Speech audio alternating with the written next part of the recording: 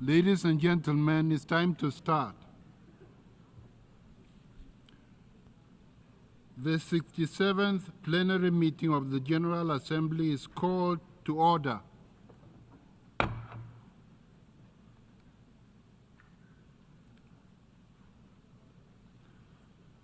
It is my sad duty to pay tribute to the memory of His Holiness Pope Francis, who passed away on Monday, 21st April 2025. On behalf of the General Assembly, I request the observer of the observer state of the Holy See to convey our condolences to the people of the Holy See and all Catholics around the world. I now invite representatives to stand and observe a minute of silence in tribute to the memory of His Holiness Pope Francis.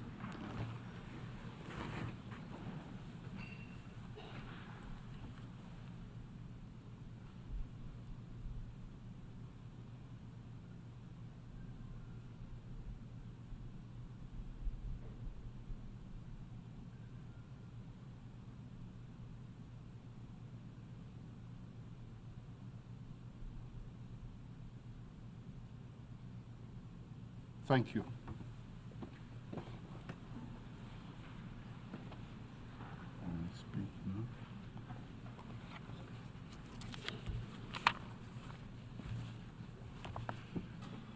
Your Excellencies, distinguished delegates, ladies and gentlemen, today we mourn the passing of His Holiness Pope Francis, while honoring and remembering his enduring legacy. To the faithful around the world, Pope Francis was more than the leader of the Catholic Church. He was a moral voice and a global conscience. With humility and courage, he championed the dignity of the marginalized, the poor, and the voiceless. We recall his historic address to this General Assembly in 2015.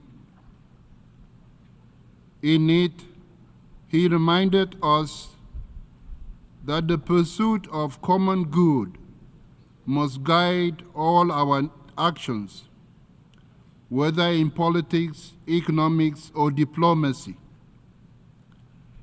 He urged all nations to rise above self-interest and to act in solidarity with future generations. His Holiness never ceased to remind us that human dignity is a collective responsibility, that our lives are bound together, and that no one should be excluded from the fruits of human progress, that we must not allow anyone to remain on the margins of society or in poverty. Today we pay tribute not only to the head of the Catholic Church, but to a man whose compassion crossed borders and transcended faiths. As we grieve at his passing, let us honor his memory, not only through words, but through action. Let us strive to build a world that reflects the values he lived by humility, justice, mercy, and hope. May His Holiness Pope Francis rest in eternal peace. May his legacy inspire this assembly to fulfill its highest calling, to uphold the dignity and unity of everyone, everywhere. Thank you.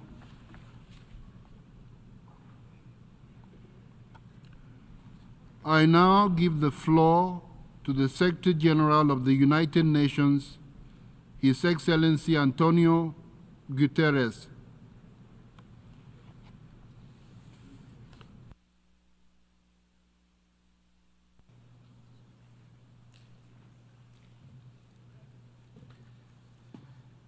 Excellencies, ladies and gentlemen, His Holiness Pope Francis was a man of faith and a bridge builder among all faiths.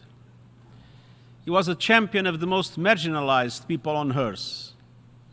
He was a voice of community in a world of division, a voice of mercy in a world of cruelty, a voice of peace in a world of war.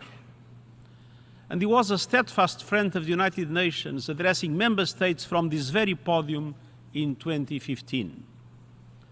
During that historic visit, he also spoke of our organization's ideal of, and I quote, a united human family living in harmony, working not only for peace, but in peace, working not only for justice, but in a spirit of justice, end of quote. On behalf of our UN family, I extend my deepest condolences to the Catholic community and to so many others around the world grieving this tremendous loss. Excellencies, Pope Francis was at the helm of the Roman Catholic Church for a dozen years, but that was preceded by decades of service and good works. As a young man, Pope Francis found his calling in the slums of Buenos Aires, where his dedication to serving the poor earned him later the title Bishop of the Slums. These early experiences sharpened his conviction that faith must be an engine of action and change.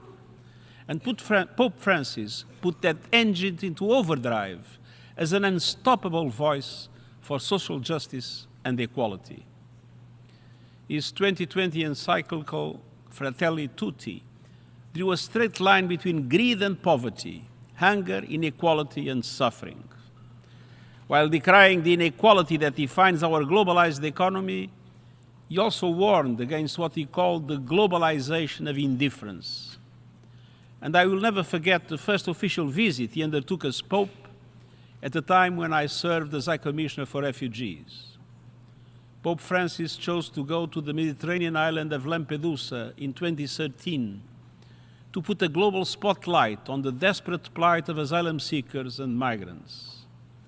And he warns against, and I quote, the culture of comfort, which makes us think only of ourselves, makes us insensitive to the cries of other people, end of quote.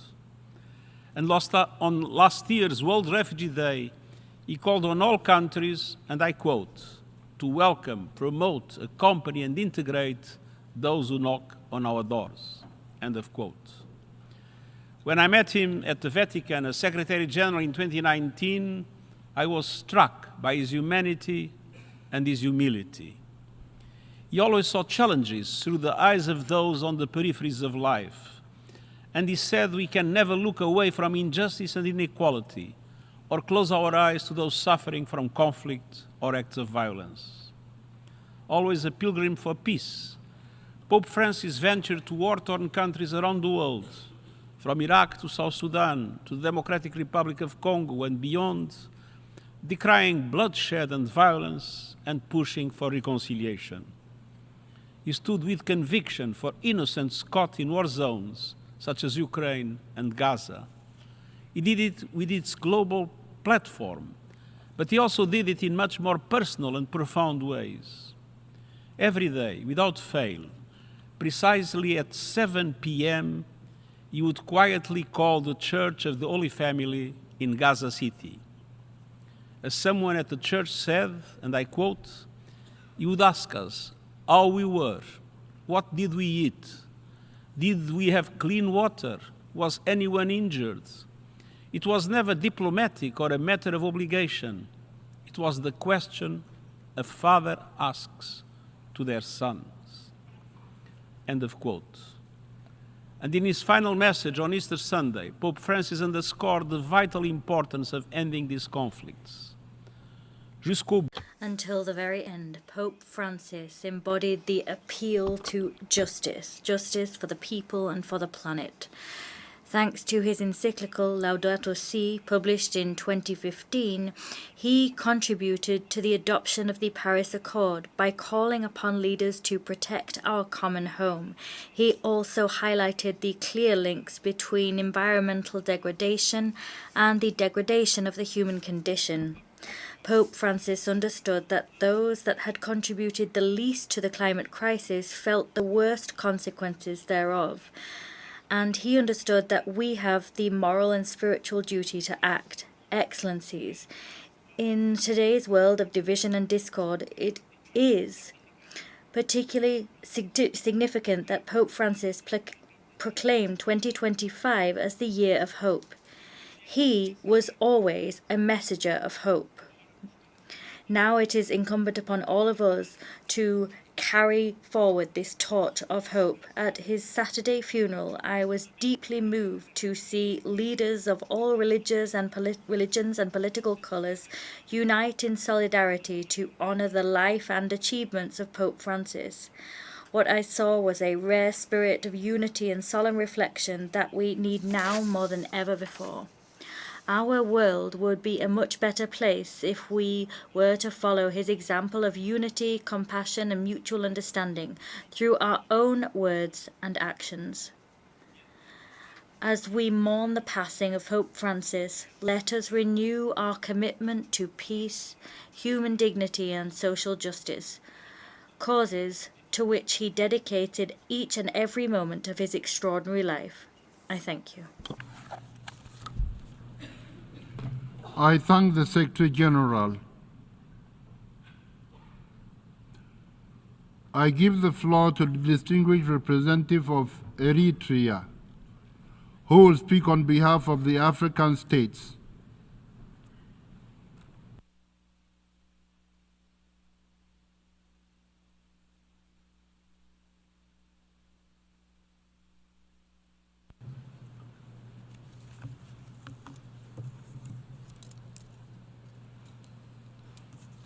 Good afternoon.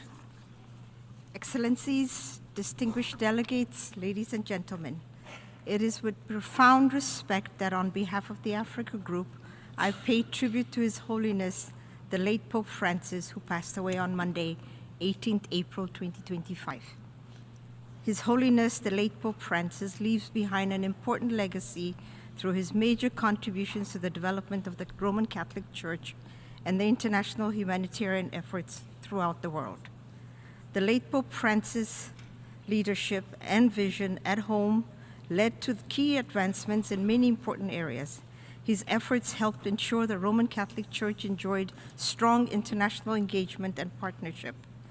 Pope Francis made significant contributions to Africa, including emphasizing the importance of the continent within the Catholic Church, advocating for peace and reconciliation in conflict-ridden areas, and promoting a more decentralized and culturally relevant Catholicism. He also strengthened ties with African communities, demonstrated a deep connection with the continent's youth, and encouraged African Catholics to develop their own unique approaches to pastoral life. In past years, at a time when despair and uncertainty plagued countless throughout the world, Pope Francis dedicated himself to protecting the environment and promoting peaceful diplomacy with a strong voice. A man of deep faith and boundless compassion, he dedicated his life to uplifting the poor and calling for peace in a troubled world. Under his tenure, the Pope was also strived to bring forward major contributions in regard to humanitarian issues, helping improve the lives of people around the world. Pope Francis' legacy is his message of peace, reconciliation, and solidarity that lives in the hearts of those he inspired. The Pope's efforts to promote dialogue, harmony, and peace will always be remembered. In closing, I would like to extend my sincere condolences to his bereaved family, the Roman Catholic Church, and its followers. I thank you for your kind attention. I thank the distinguished representative of Eritrea. I give the floor to the distinguished representative of India, who will speak on behalf of the Asia-Pacific states.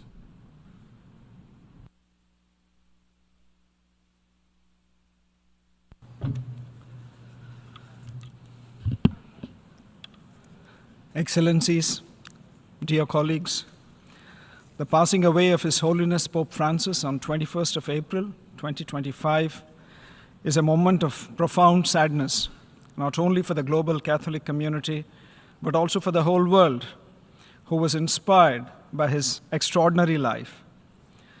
Pope Francis was a once-in-a-generation leader. His message of service of mankind, love and humility transcended borders and touched so many.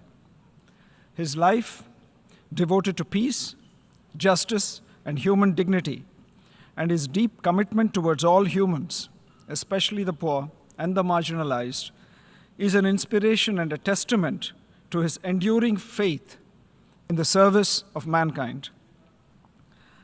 The legacy of Pope Francis will be one of compassion. It will espouse service to mankind. It will motivate people of all faiths to live together in peace and harmony. His final Easter message encouraged us to believe in the principle of humanity in our daily actions. It reminds us that love can triumph over hatred, light over darkness, and truth over falsehood. Following his path will lead us to a more stable, peaceful, and prosperous world. The Asia-Pacific Group joins the whole world in mourning the passing of His Holiness, who will aptly be remembered as a people's Pope, a source of spiritual strength and a beacon of hope and affection for millions around the whole world. I thank you for your attention. I thank the distinguished representative of India. I give the floor to the distinguished representative of the Bolivarian Republic of Venezuela, who will speak on behalf of the Latin American and Caribbean states.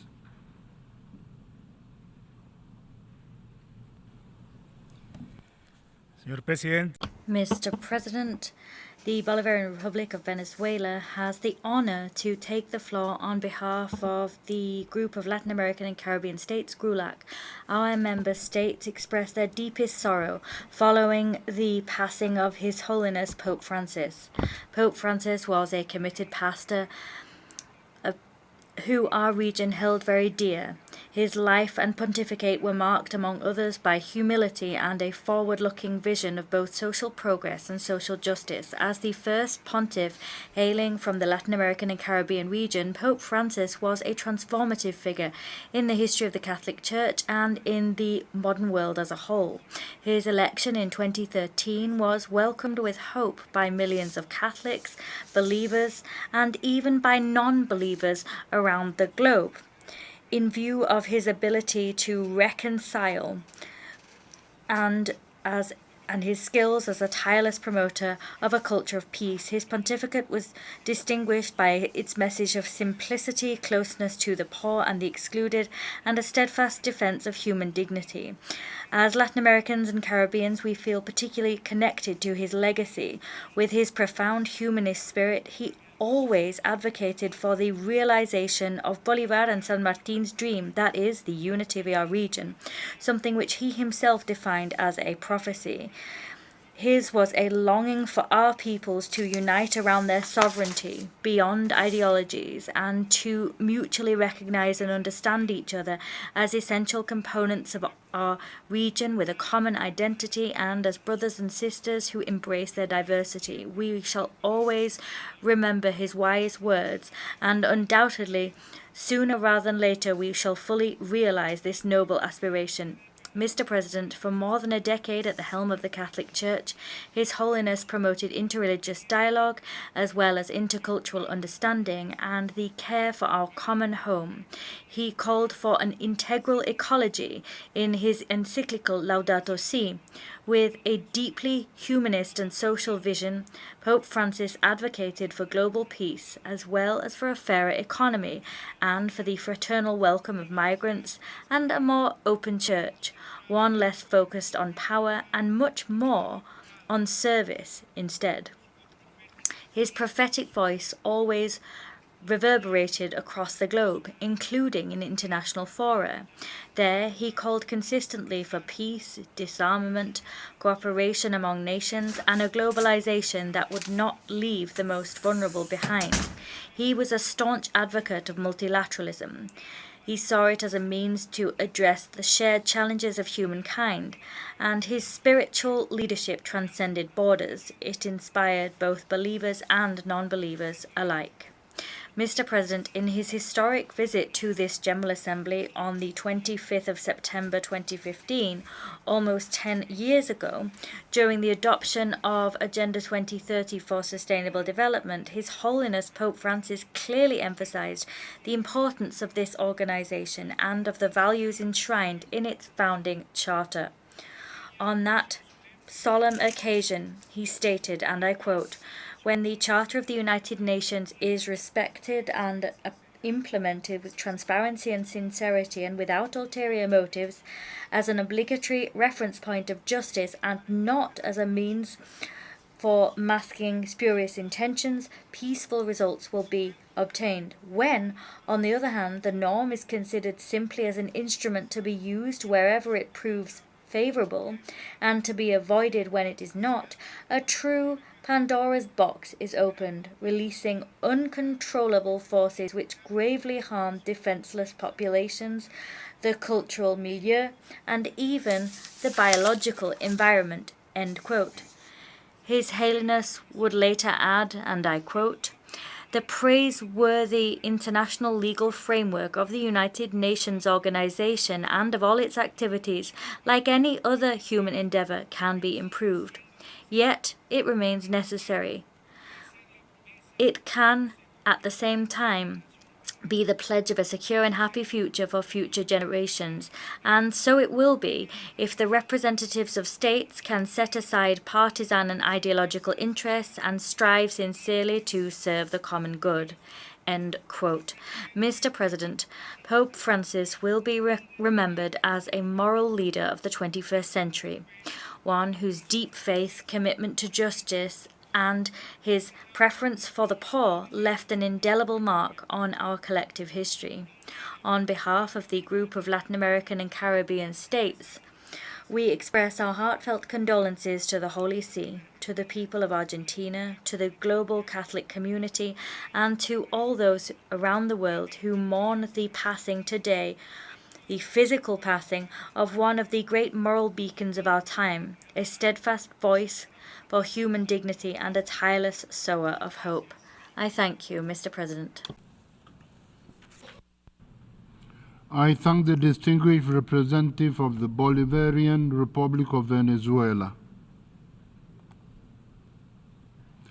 I give the floor to the distinguished representative of Israel, who will speak on behalf of the Western European and other states.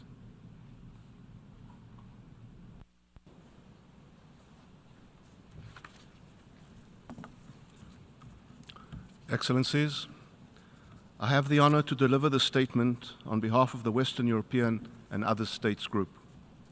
Today, we mourn the passing of a remarkable spiritual leader, His Holiness Pope Francis, whose legacy has left an indelible mark on our world.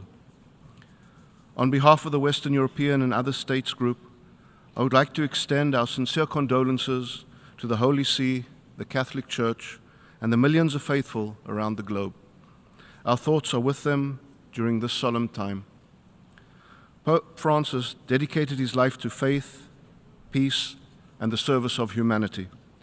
He tirelessly worked to uphold the principles of compassion, unity, and justice, advocating for the dignity and rights of all people. He was a shepherd of the Church who led from the heart, who personified his teachings, which is why he was and will be known as the People's Pope. His teachings emphasized love, humility, social justice, and service to others, inspiring millions to live by these virtues. Pope Francis's unwavering commitment to peace, compassion, human dignity, interfaith dialogue, and global harmony strengthened the bonds between nations, cultures, and religions, fostering understanding and cooperation in a world often divided. His moral leadership provided guidance in times of uncertainty, offering hope and solace to those in need, particularly the oppressed, the most vulnerable, and the marginalized. Beyond his spiritual role, he championed humanitarian causes and the moral imperative to address environmental degradation. Pope Francis was a beacon of hope and a symbol of resilience, whose impact will be felt for generations to come. He brought attention to the forgotten corners of society, shining a light on those whose voices often go unheard. As we bid farewell to him, let us honor his memory by continuing his mission of peace, justice, and solidarity among all people. May his vision for a world rooted in love and compassion endure. I thank you all. I thank the distinguished representative of Israel. I give the floor to the distinguished representative of the United States, who will speak on behalf of the host country.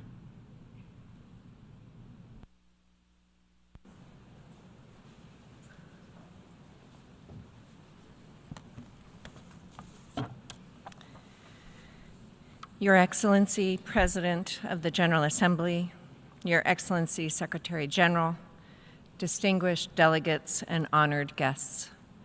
Today, we gather to pay tribute to a remarkable leader and a beacon of compassion, Pope Francis.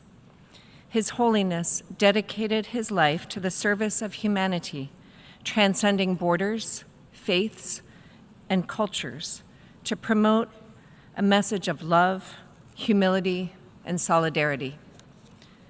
We offer deepest condolences to the Catholic faithful around the world, the Holy See, and all those whose lives were enriched by Pope Francis's moral and spiritual leadership. Pope Francis served as a spiritual guide to over 1 billion Catholics worldwide, including more than 50 million in the United States.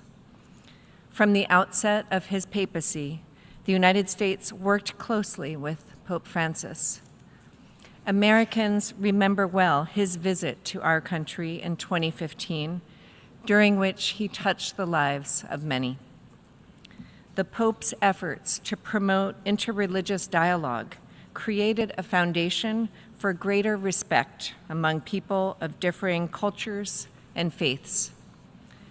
Pope Francis was a dedicated leader and was committed to serving the most vulnerable and defending religious freedom.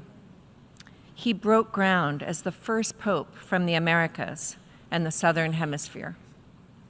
Pope Francis inspired people across the globe by reminding them that the Church is like a field hospital for the broken and wounded. He will also be remembered for his travels around the globe, sharing messages of truth, peace, and unity. Pope Francis urged countries to pursue dialogue, reconciliation, and genuine peace. His heartfelt appeals, delivered even in this very chamber, echoed the United Nations founding promise that diplomacy must prevail and that the scourge of war must be overcome. We stand united in the belief that freedom of expression and freedom of religion or belief are twin pillars of liberty. The people of the United States continue to mourn and pray for Pope Francis. God rest his soul. I thank you. I thank the distinguished representative of the United States. I give the floor to the observer of the Observer State of the Holy See.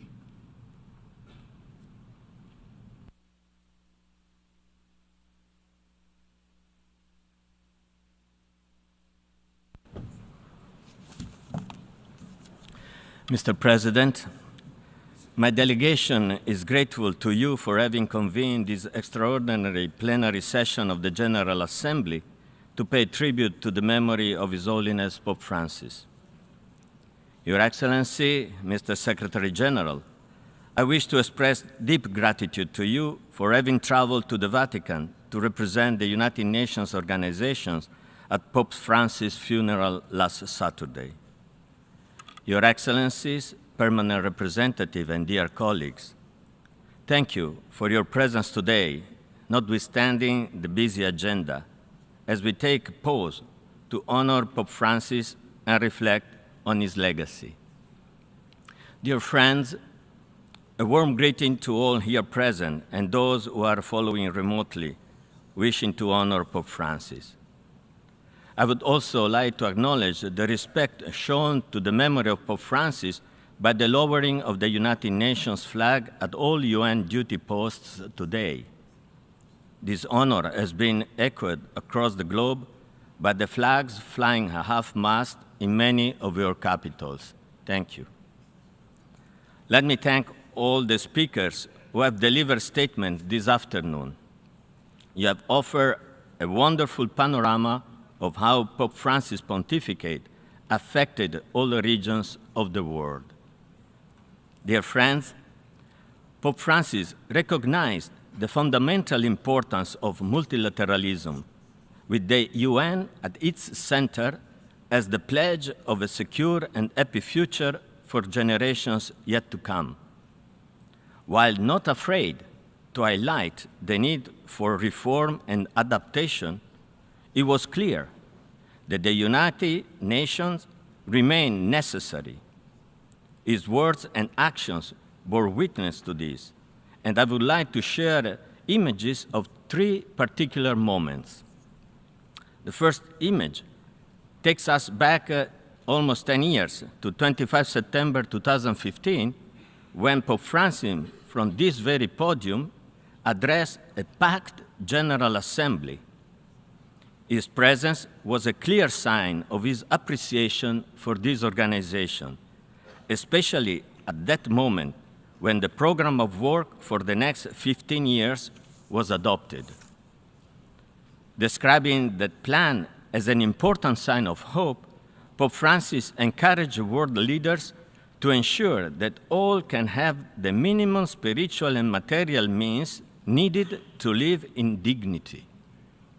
He further called on them to consider the foundation of integral human development, namely the right to life and, more generally, what we could call the right to existence of human nature itself. The second image comes from the eve of 2020, the 17th anniversary year of the UN organization, when Pope Francis welcomed Mr. Antonio Guterres, the Secretary General, to the Vatican. In an unprecedented way, they delivered a statement together, warning the world that we must not avert our eyes from forms of injustice and inequality, the scandal of world hunger, poverty, children who die because they lack water, food, and necessary care. They recalled the plight of all the displaced and those who leave their countries in search of a better life, and yet, all too often, meet with the tragic fate. Unabashedly, they also declare that the arms race and nuclear rearmament cry out to God. As an antidote, they underscore the importance of trust in dialogue between individuals and between nations, in multilateralism for the building of a peaceful world. The third image is that of Statio Orbis, the prayer for the whole world, which Pope Francis led on 27 March 2020 during the COVID-19 pandemic. As you may recall, in a dark and deserted St. Peter's Square, the Pope's purpose was to bring before the face of God the pain and anguish of all humanity, praying for divine assistance and bearing witness to the hope that together we might overcome the tragic moment. At that instant, the whole world understood that we are inexorably connected and interdependent. The coronavirus affected rich and poor, developing and developed nations. We all felt equally helpless and yet dependent on each other. We understood that global challenges require equally global responses. But from the very beginning of his pontificate, Pope Francis also warned us that there is yet another uncontained pandemic, a moral one, which he defined as the globalization of indifference. It anesthetizes us, and paradoxically, on the very moment when someone needs our help, we distance ourselves from them. Pope Francis showed another way of behaving, one which he outlined in 2019 together with the Grand Imam of Al-Azhar when he signed the document on human fraternity for world peace and living together.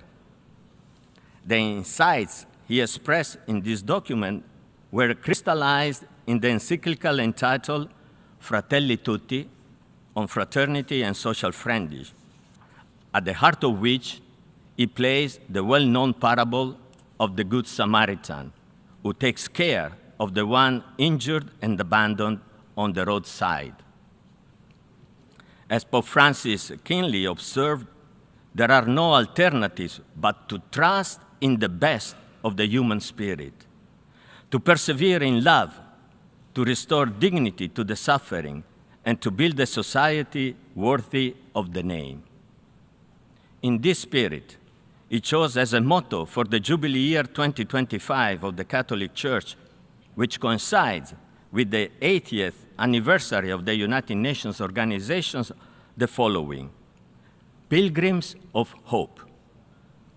Dear friend, the best way we can commemorate Pope Francis today is to take that torch of hope and rediscover the spirit which 80 years ago created this organization, so that together we can all work to hand on a better world to the generations that will come after us. Thank you. I thank the observer of the overseer state of the Holy See.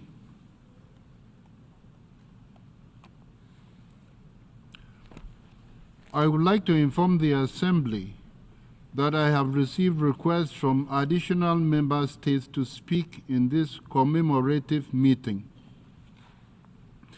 I now give the floor to the distinguished representative of Argentina.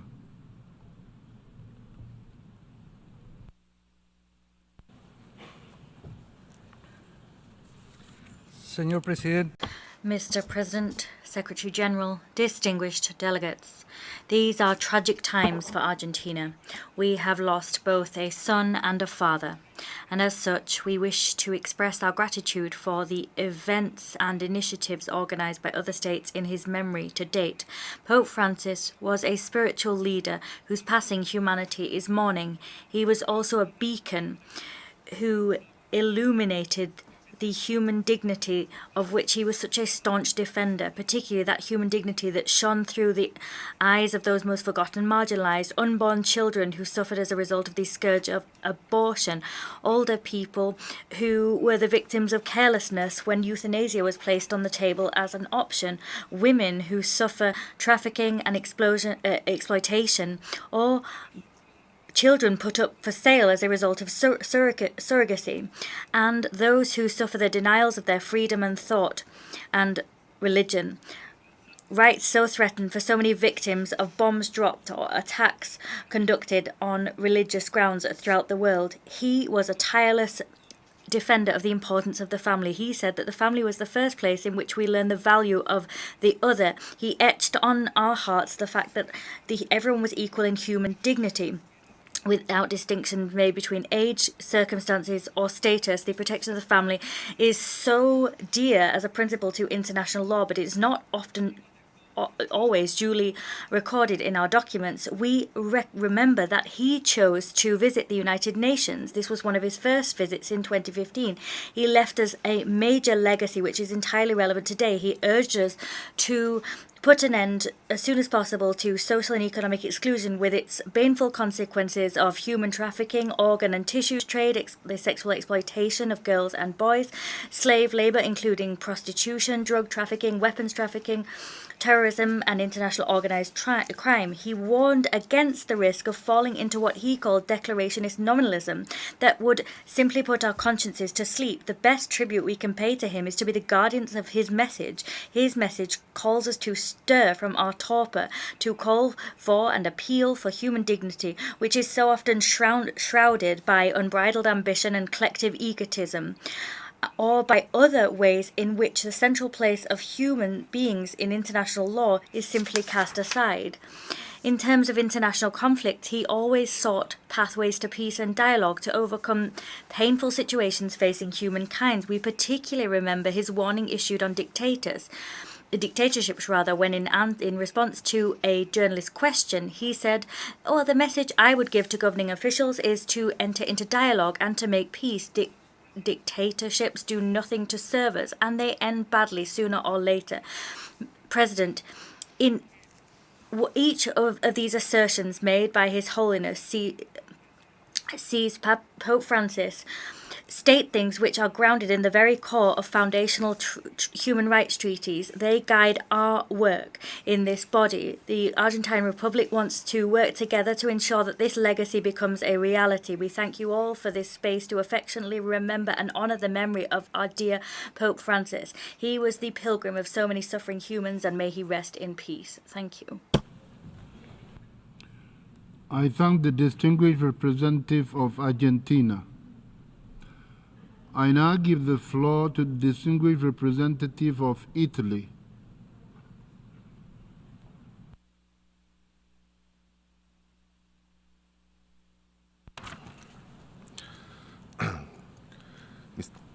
Mr. President, dear colleagues, the passing of His Holiness Pope Francis leaves the whole international community, and allow me, Italy in particular, with deep sorrow and a sense of emptiness.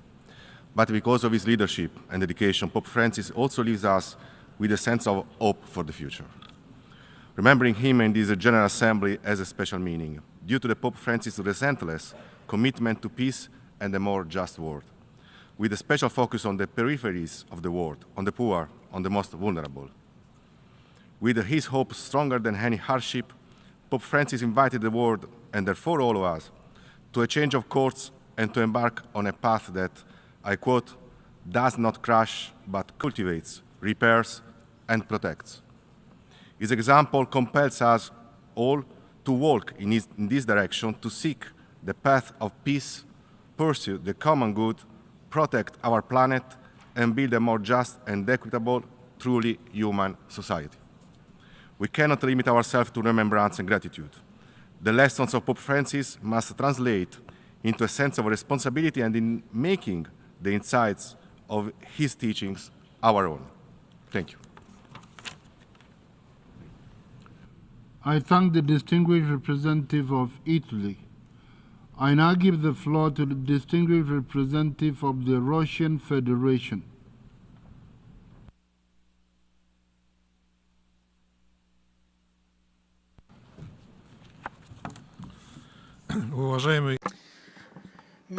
Mr. President of the General Assembly, Secretary General, distinguished colleagues, the passing of His Holiness Pope Francis became not just an irreplaceable loss for the Roman Catholics, it was also a very heavy loss for the entire international community. We in Russia will long remember the late pontiff as a remarkable religious and statesman, well known for his long-standing work for peace and justice, who advocated the strengthening of spiritual and moral basic values in world politics. He was a person of deep and abiding faith. All his life he served the humanistic ideas of mankind and always showed compassion and humanity towards those who were most vulnerable and disadvantaged, whilst remaining the spiritual mainstay for the millions of people throughout the world. During the 12 years of his pontificate, Pope Francis has worked tirelessly. He made apostolic visits into the most remote parts of the world. He met millions of the faithful and consistently advocated the peaceful settlement of conflicts, the just solutions to the issues of migration and poverty. He drew attention to the contemporary modern challenges. Pope Francis came from Latin America, and therefore, as no one else, he understood the importance of building a more just multipolar world and building international relations on the basis of mutual respect and equality. We in Russia highly value the personal contribution the Pope made in the development of a constructive interaction between our country and the Holy See. His peacekeeping efforts and support in resolving a number of humanitarian issues in the context of the Ukrainian crisis. What is worthy of particular support is the fact that the Pope genuinely tried to understand the root causes of the current conflict and on many occasions called for negotiations, whilst showing always that he was ready to assist in peaceful settlement. Another thing that was developed during the pontificate was the relations between the Russian Orthodox and the Roman Catholic Church. In Havana in 2016, the first meeting between the All Russia Patriarch Kirill and the head of the Roman Catholic Church took place, and it was a new phase in developing the interchurch dialogue. We highly value the statement made by the pontiff in support of religious liberty, and particularly the persecuted Ukrainian Orthodox Church. And we hope that the spiritual legacy of the Pope will be built upon by those who will come after him, those who share his work, his desire to improve peace, security, and stability. And we convey our deep and heartfelt condolences to the Holy See, to the Catholic clergy, and to the faithful. Let his soul rest in peace. I thank the distinguished representative of the Russian Federation. I now give the floor to the distinguished representative of Cameroon on behalf of the Organization of Islamic Cooperation.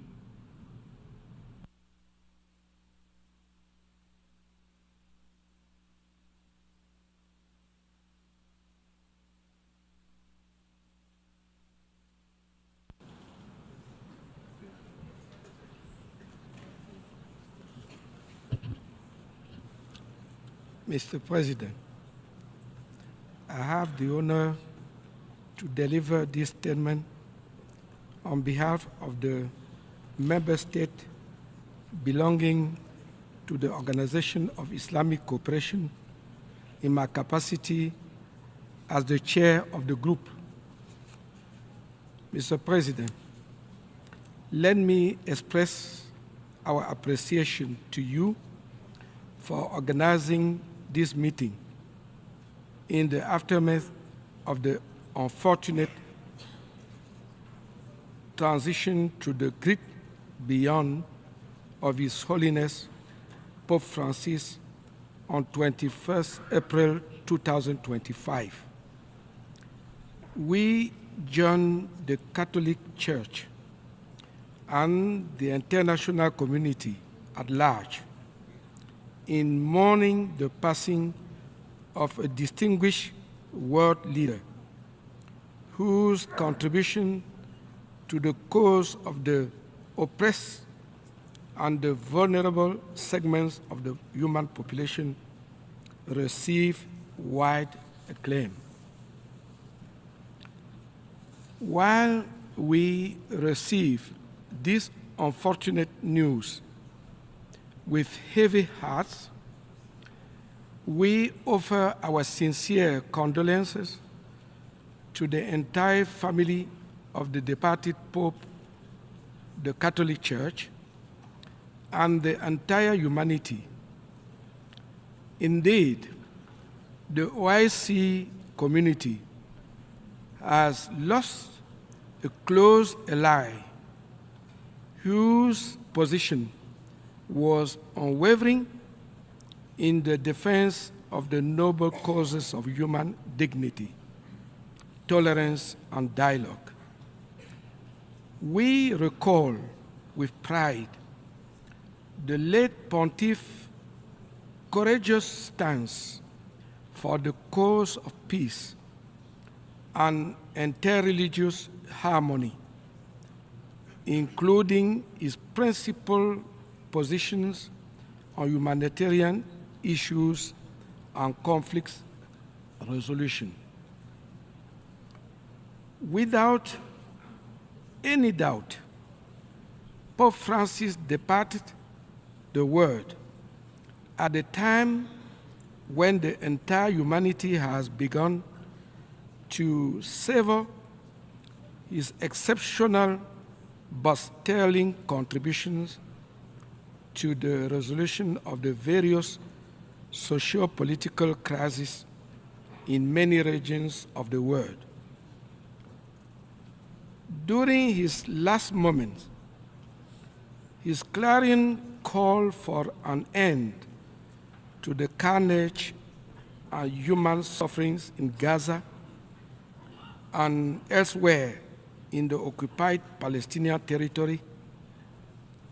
This was a demonstration of his cherished principles of the defense and promotion of human rights worldwide.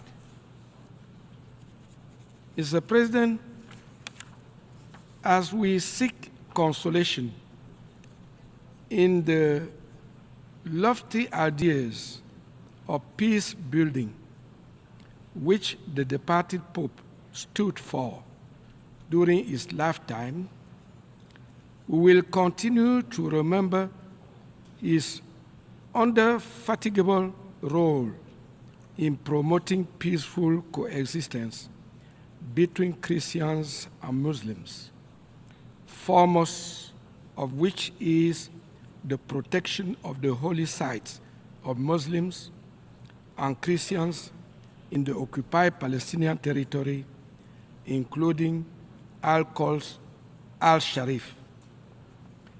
We shall also seek consolation in the Greek legacy which Pope Francis left behind through the document on human fraternity for world peace and living. Together, he executed with the Grand Imam of Al-Azhar Al-Sharif, Sheikh Alba Al-Tayeb, in Abu Dhabi, United Arab Emirates, on 4th of February 2019. This document will remain a roadmap for positive relationship between Islam and Christianity and a symbol of interreligious tolerance and dialogue among countries and civilizations. Mr. President, on this solemn occasion, we pray to the Almighty, the Omnipotent, and the Most Merciful to grant the soul of the departed Pope Francis eternal repose and bestow him on his immediate family, the Catholic Church, and humanity at large, the fortitude to bear his irreparable loss. I thank you, Mr. President. I thank the distinguished representative of Cameroon. I now give the floor to the distinguished representative of Palau, who will speak on behalf of the Alliance of Small Island States.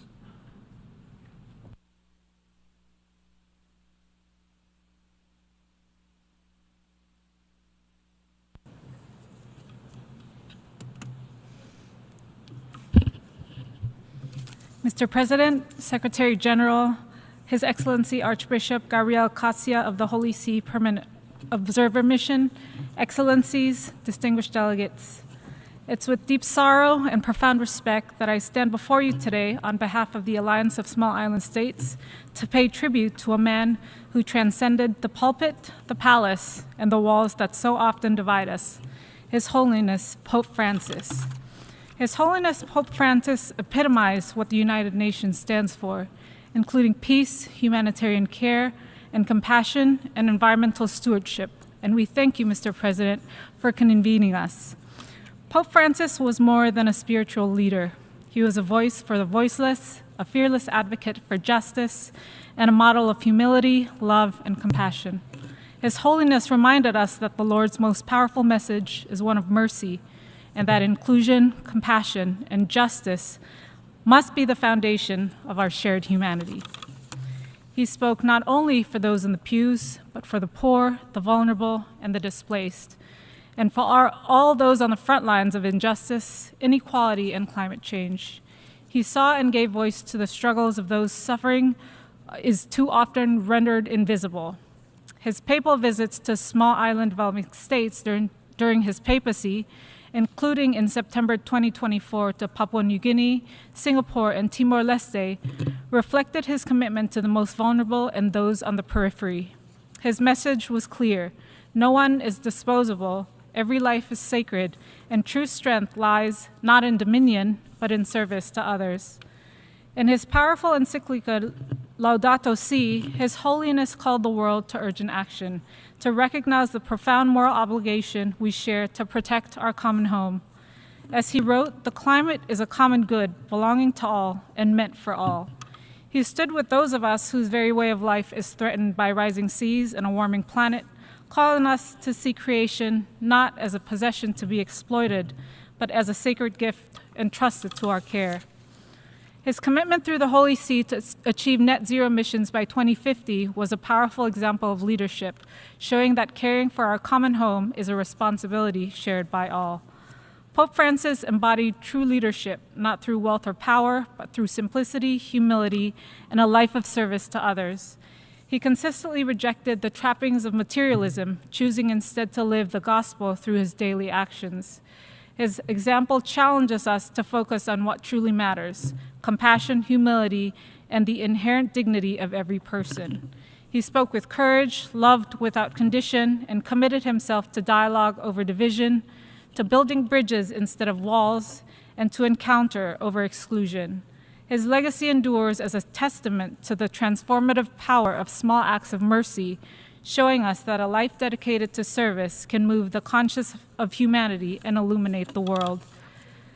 At its best, faith is not a fortress to retreat behind, but a light that guides us forward, inspiring us to remember that we are bound together across oceans, borders, cultures, and creeds by our shared humanity.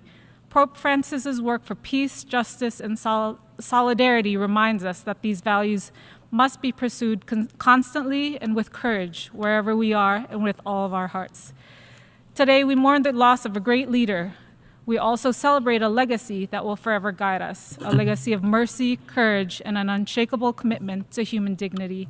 On behalf of the Alliance of Small Island States, we offer our deepest condolences to the family of His Holiness, to the Holy See, to the people of Argentina, to the Catholic community, and to all who mourn his passing.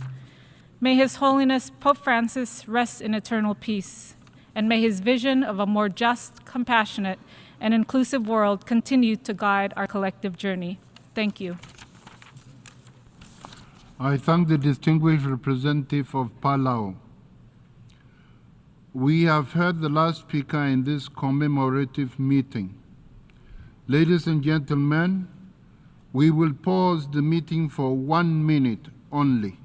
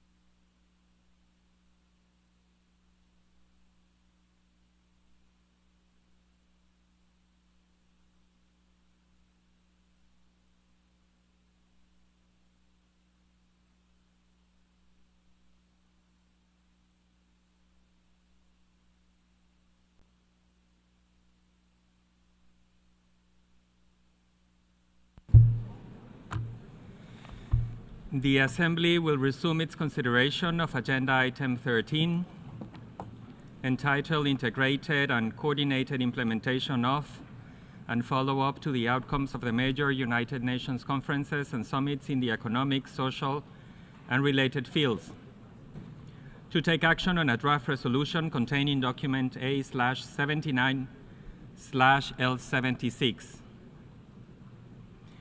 I now give the floor to the distinguished representative of Uzbekistan to introduce draft resolution A/79/L76.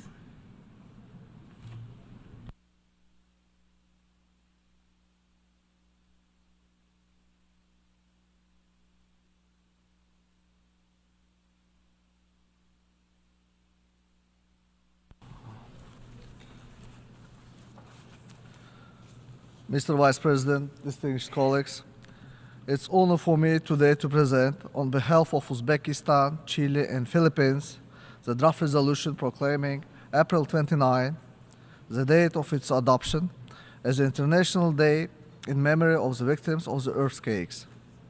The President of Uzbekistan, His Excellency Shavkat Mirziyoyev, has on multiple occasions as an international forum proposed the establishment of such international day. Earthquakes remains one of the deadliest natural hazards with the catastrophic potential to claim lives, devastate communities, and disrupt development gains. They are deeply human tragedies that strike without warning, often in the most vulnerable corners of our world, causing immense human suffering, destruction, and loss. Though they account for a relatively small percentage of natural disaster by number, they are still among the deadliest. We express our heartfelt appreciation to all member states who participated in the informal consultations and contributed to the drafting process. We also extend sincere thanks to the United Nations Office for Disaster Reduction for its invaluable support and cooperation. Mr. Vice President, this draft resolution emerged from a shared experience and a common concern. Over the past century, and indeed throughout history, earthquakes have ravaged cities and communities in every corner of the globe, including my own country. Yet from the ruins rose unity, reconstruction, and resilience. It is in the spirit that we propose this resolution. The resolution highlights the urgency to increase awareness, reduce vulnerability, protect lives and livelihoods, and advance risk-informed planning. It has three primary goals. First, to commemorate of victims of earthquake worldwide. We believe that designating the International Day provides a meaningful opportunity to honor the memory of those who lost their lives, to stand with survivors, and to recognize the frontline responders and humanitarian workers who risk their lives in the aftermath of the disaster. Second, to raise global awareness about earthquake risk and its consequences. This includes promoting the integration of earthquake-related knowledge into educational systems, early warning strategies, urban planning, and public awareness campaigns. Third, to foster a global culture of preparedness, resilience, and the risk reduction. We must encourage investments and policies that reduce exposure to seismic risk, strengthen infrastructure, and ensure that recovery is inclusive and sustainable. This includes psychosocial support for affected communities, support for displacement-affected populations, and measures to build back better. Importantly, it should be emphasized that the adoption of this resolution is not only an act of commemoration, but a call to action on earthquake risks. It symbolizes our collective recognition and shared responsibility. In both spirit and letter, the resolution leaves no one behind. It respects national capacities and relies entirely on voluntary contributions for its observance. It also invites the United Nations Office for Disaster Risk Reduction to facilitate the observance of the International Day. We encourage all member states to consider making voluntary contributions and urge earthquake-prone countries to organize meaningful national activities in observance of this day. A robust commemoration will serve not only as a tribute to victims, but also as a catalyst for advancing disaster prevention and preparedness. Dear colleagues, in conclusion, I would like to emphasize that the past cannot be undone, but the future can be better prepared. Let this International Day become a lasting reminder of what we have lost and what we must protect. Let it call upon all governments, institutions, civil society, and individuals to work hand in hand to prevent, prepare, and protect. Let's unite in remembrance, in solidarity, in a shared responsibility to ensure that the memory of victims guides our resolve to build a more resilient world. Dear colleagues, we sincerely hope that the resolution will be adopted by consensus, and we call on all those who have not yet done so to co-sponsor this document, which serves a truly noble goals. I thank you for your attention. I thank the distinguished representative of Uzbekistan. We shall now proceed to consider draft resolution A/79/L76. For your information, the draft resolution has closed for e-sponsorship. I now give the floor to the representative of the Secretariat. Thank you, Mr. President. I should like to announce that since the submission of the draft resolution, and in addition to the delegations listed on the L document, the following countries have also become co-sponsors of A/79/L76: Albania, Algeria, Angola, Austria, Azerbaijan, Bahrain, Bangladesh, Belarus, Bhutan, Burkina Faso, Burundi, Cabo Verde, China, Colombia, Congo, Costa Rica, Croatia, Cyprus, Democratic Republic of the Congo, Dominican Republic, El Salvador, Eswatini, Gabon, Germany, Guatemala, Guyana, Hungary, Indonesia, Japan, Jordan, Kazakhstan, Kiribati, Kyrgyzstan, Lao People's Democratic Republic, Latvia, Lesotho, Luxembourg, Malaysia, Malta, Mauritania, Mongolia, Montenegro, Morocco, Myanmar, Namibia, Nepal, Nicaragua, Pakistan, Peru, Portugal, Qatar, Republic of Korea, Russian Federation, Rwanda, Slovenia, Sri Lanka, Syrian Arab Republic, Tajikistan, Thailand, Timor-Leste, Turkey, Turkmenistan, and Vietnam. If any other countries wish to co-sponsor L76, please signify by pressing the microphone button.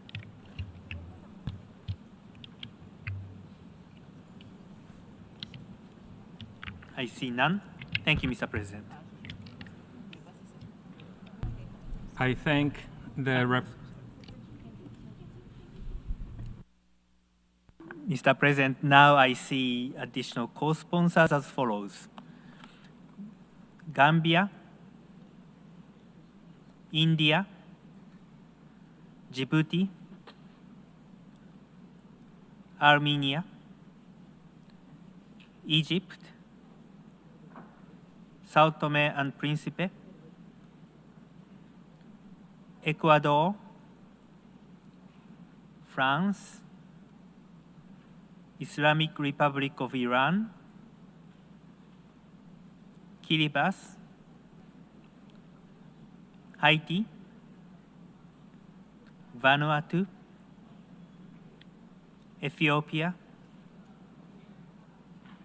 Tunisia, Mozambique, and State of Palestine, and Serbia,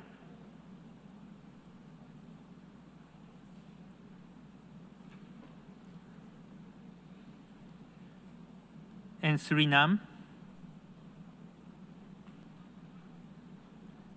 Thank you, Mr. President.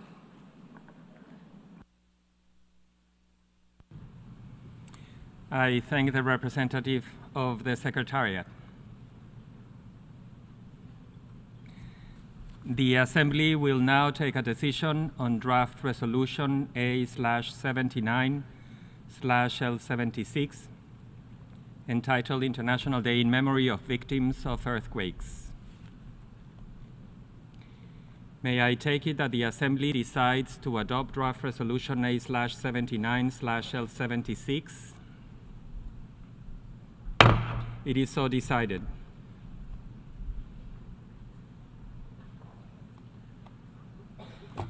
Before giving the floor for explanations of vote after the vote, may I remind delegations that explanations of vote are limited to 10 minutes and should be made by delegations from their seats. I give the floor to Argentina. Yes. Hello. Yeah. Señor Presidente.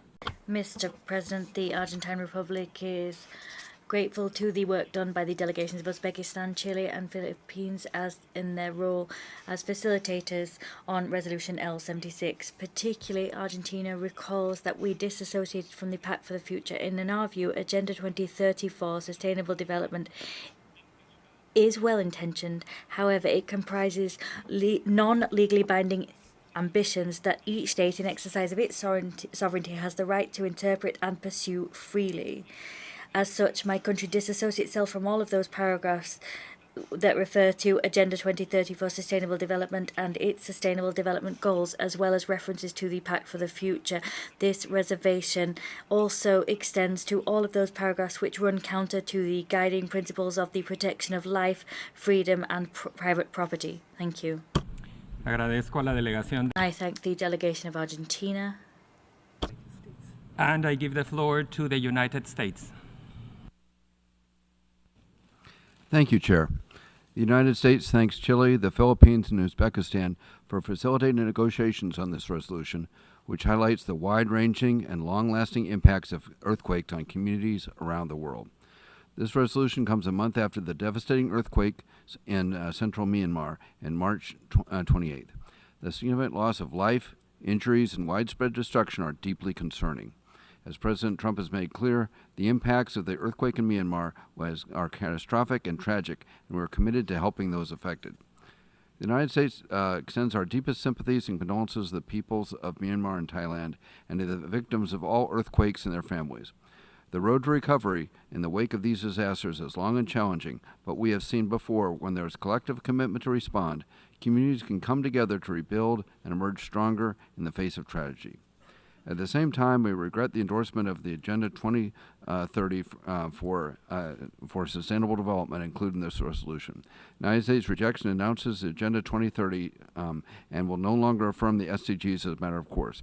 As such, the United States disassociates from the preambular paragraphs 1 and 16. Thank you. I thank the United States. We have heard the last speaker in explanation of vote after the vote. The Assembly has thus concluded this stage of consideration of Agenda Item 13. The Assembly will resume its consideration of Agenda 17, entitled Follow-up to and Implementation of the Outcomes of the International Conference on Financing for Development, to take action on a draft decision contained in document A/79/L78. We shall now proceed to consider draft decision A/79/L78. The Assembly will now take action on a draft decision A/79/L78 entitled Accreditation and Participation of Intergovernmental Organizations in the Fourth International Conference on Financing for Development. May I take it that the Assembly decides to adopt draft decision A/79/L78? It is so decided. The Assembly has thus concluded this stage of its consideration of Agenda Item 17. I now invite the attention of the Assembly to Draft Resolution A/79/L79 and a draft amendment contained in document A/79/L80, circulated under Agenda Item 107, entitled Crime Prevention and Criminal Justice. Members will recall that the Assembly concluded its consideration of Agenda Item 107 at its 55th plenary meeting on 24 December 2024. In order for the Assembly to take action on the draft resolution, it will be necessary to reopen consideration of Agenda Item 107.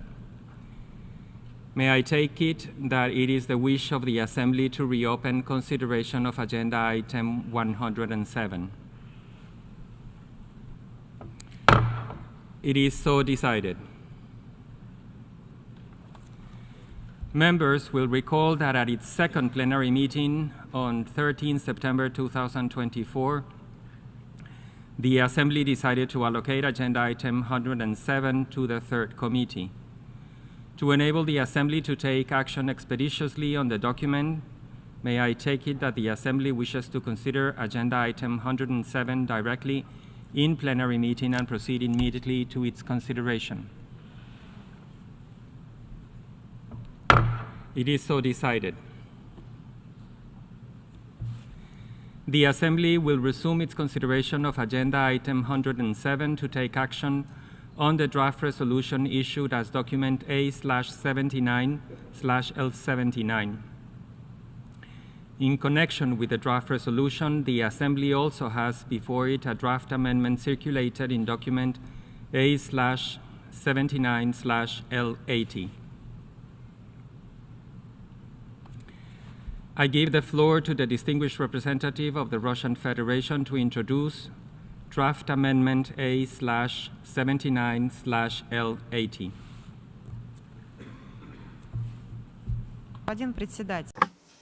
Mr. President, we welcome the resolution introduced PGA, the resolution A/Res 79/L.79.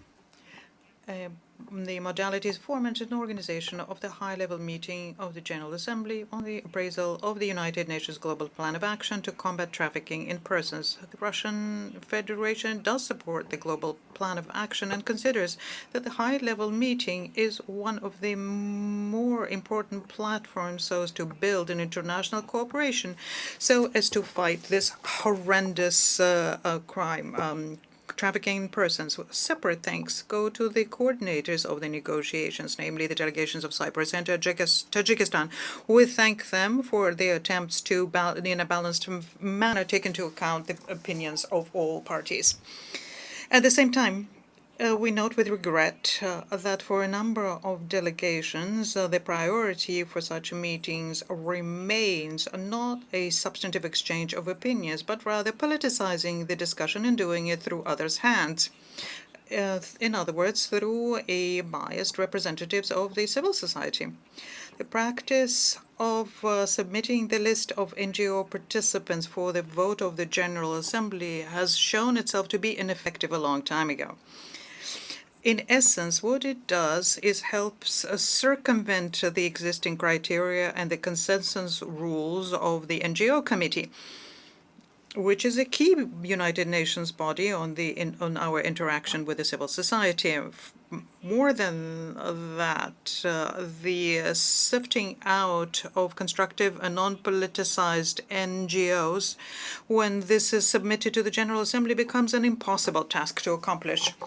Western countries and their allies are trying to make sure that there is an approval of unagreed lists through voting, and the meeting itself becomes a platform to settle political scores. We cannot support such a situation. And in this regard, Russia is introducing an amendment to this draft, and the amendment is in document L80. It's aimed at returning to a much more fair, tried and tested, and a UN in nature procedure where there is non-objection on the NGO list without its subsequent approval by the General Assembly.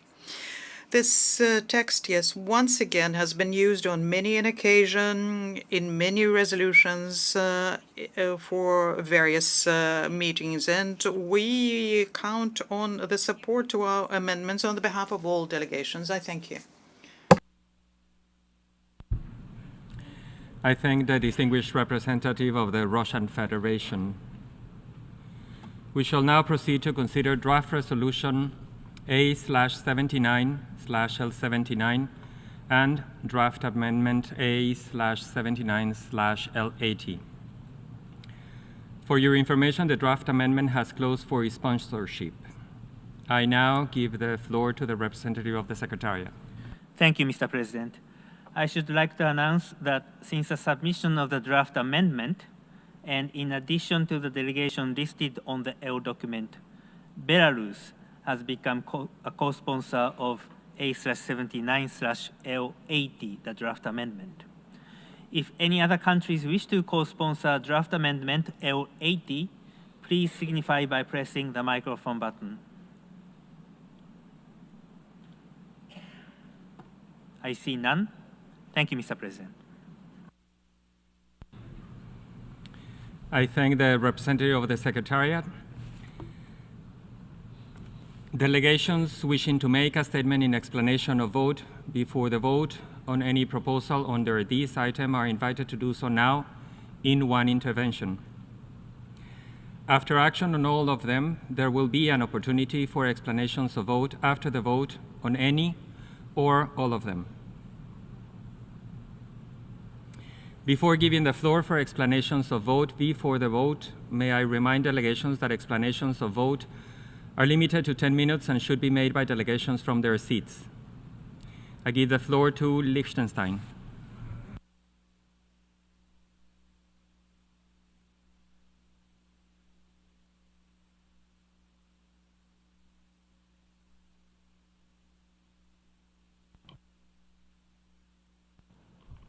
Mr. President, we would like to thank the permanent representatives of Cyprus and Tajikistan and their teams for their outstanding work on the modalities of the high-level meeting of the General Assembly on the appraisal of the United Nations Global Plan of Action to combat trafficking.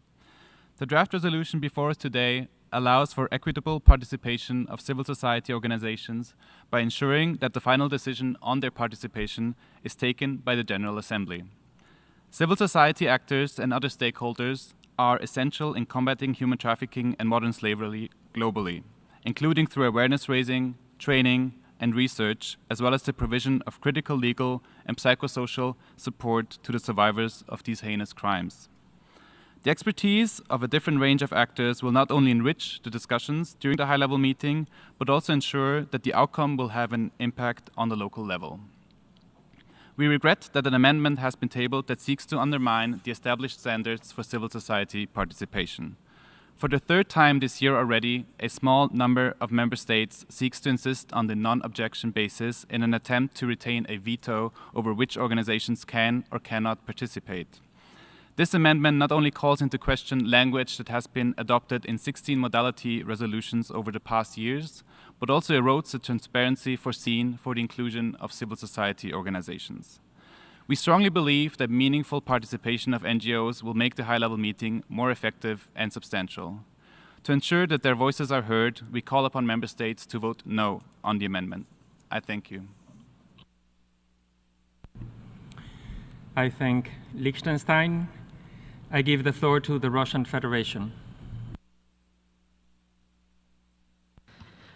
Thank you, Mr. President. I didn't ask for the floor, but since you gave it to me, let me just underscore one point. The wording that we are proposing is the wording that was passed by consensus on many an occasion, many more than 16, and we think that consensus is a very important thing. Thank you. I thank the Russian Federation. I give the floor to the United Kingdom.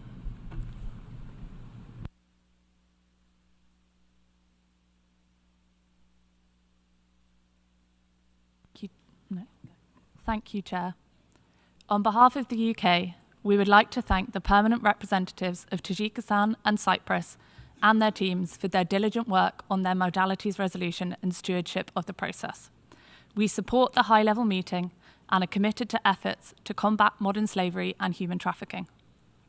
We were glad to see that language on civil society participation was included in the table draft, which allows for meaningful participation in this important high-level meeting. These modalities allow us to see the rationale for objections to NGO participation.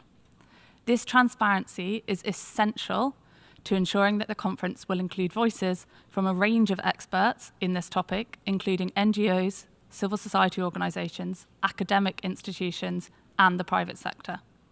And we are grateful that the language that has given the decision-making power back to the Assembly rather than any single member state. However, we are concerned that, despite strong precedents, this language is once again being brought into question. This is the third time this year that we're having to vote on long-established language that was agreed by consensus as recently as 2024 and is present in 16 modality resolutions to date. We regret that a small number of member states continue to use the non-objection basis to attempt to block organisations from other countries on vague or politicised bases without even providing rationale, amounting to a veto to stakeholder participation. We believe it is necessary that organisations doing crucial work on combating trafficking are granted participation to this high-level meeting. They play an invaluable role in eradicating modern slavery and human trafficking globally and supporting survivors. Their contributions help to improve our decision-making and enrich our evidence base, making UN action more effective and more substantial. It would be a disservice not to take advantage of all of the tools we have. This includes partnerships with civil society. Thank you. I thank the United Kingdom y le doy la palabra a la delegación. I give the floor to the delegation of Mexico. Thank you very much, Mr. President. Mexico wishes to express its position on Amendment L80 in relation to draft resolution on the scope, modalities, format, and organization of the high-level meeting of the General Assembly on the appraisal of the UN Global Plan of Action to combat trafficking in persons. Mexico will vote against the amendment because of the substantive benefits that the broad participation of a range of non-governmental organizations as well as other actors in the UN system gives in terms of the legitimacy of our multilateral processes. Their participation enriches our debates with specialized knowledge and with direct experience of the realities on the ground. That allows us to develop more effective and comprehensive responses. Any attempt to restrict this openness would constitute a step back on our collective commitment to a more representative and effective multilateralism. As such, for Mexico, it is essential that the criteria for selection and participation used actively participate gender parity and equitable geographical representation. As such, we are thankful to Cyprus and Tajikistan for their work facilitating this text and their efforts to reflect the balance that protects these fundamental principles. Mr. President, the General Assembly must preserve its primordial role in determining the participation of representatives from non-governmental bodies in this high-level meeting and in other similar meetings. Mexico reaffirms its tireless commitment to the meaningful participation of these actors in accordance with the norms and practices established in the UN and within this General Assembly. We appeal to the members to support these efforts and to strengthen the scope, impact, and substance of the discussions that we will hold as part of this high-level meeting. I thank you. Agradezco a México. I thank Mexico. In explanation of vote before the vote. Before we proceed to take a decision on draft resolution A/79/L79, In accordance with Rule 90 of the Rules of Procedure, the Assembly shall first take a decision on draft amendment A/79/L80. A recorded vote has been requested. We shall now begin the voting process. Those in favor of draft amendment A/79/L80, please signify. Those against, abstentions. The General Assembly is now voting on draft amendment L80. Will all delegations confirm that their votes on the draft amendment are accurately reflected on the screen?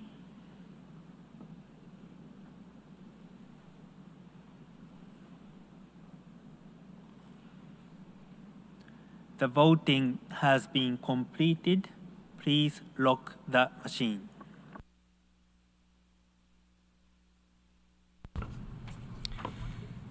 The results of the vote is as follows.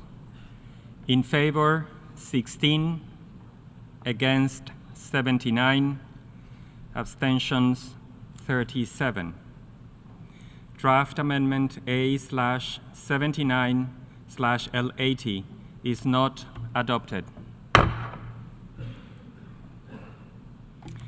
Since draft amendment A/79/L80 was not adopted, we shall proceed to take action on draft resolution A/79/L79. A separate recorded vote has been requested on operative paragraph 9 of draft resolution A/79/L79. Is there any objection to this? I hear none. I now put to the vote operative paragraph 9 of draft resolution A/79/L79. We shall now begin the voting process. Those in favor of operative paragraph 9 of draft resolution A/79/L79, please signify. Those against, abstentions. The General Assembly is now voting on operative paragraph 9, OP9 of draft resolution L79. Will all delegations confirm that their votes are accurately reflected on the screen? A yes vote means that you are in favor of the retention of OP9. And a no vote means that you are against that operative paragraph to be retained.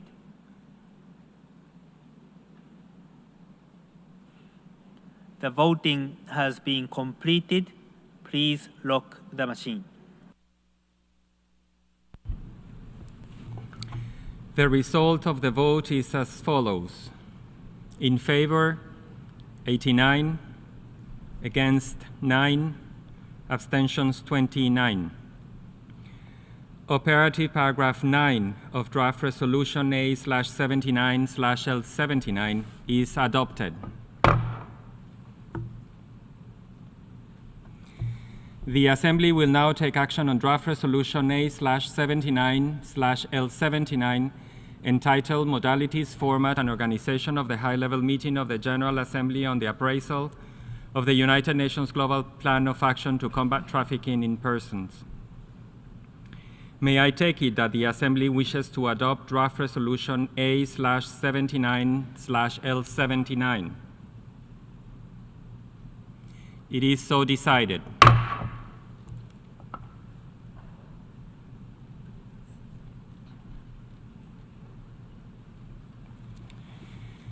Before giving the floor for explanations of vote after the vote, may I remind delegations that explanations of vote are limited to 10 minutes and should be made by delegations from their seats.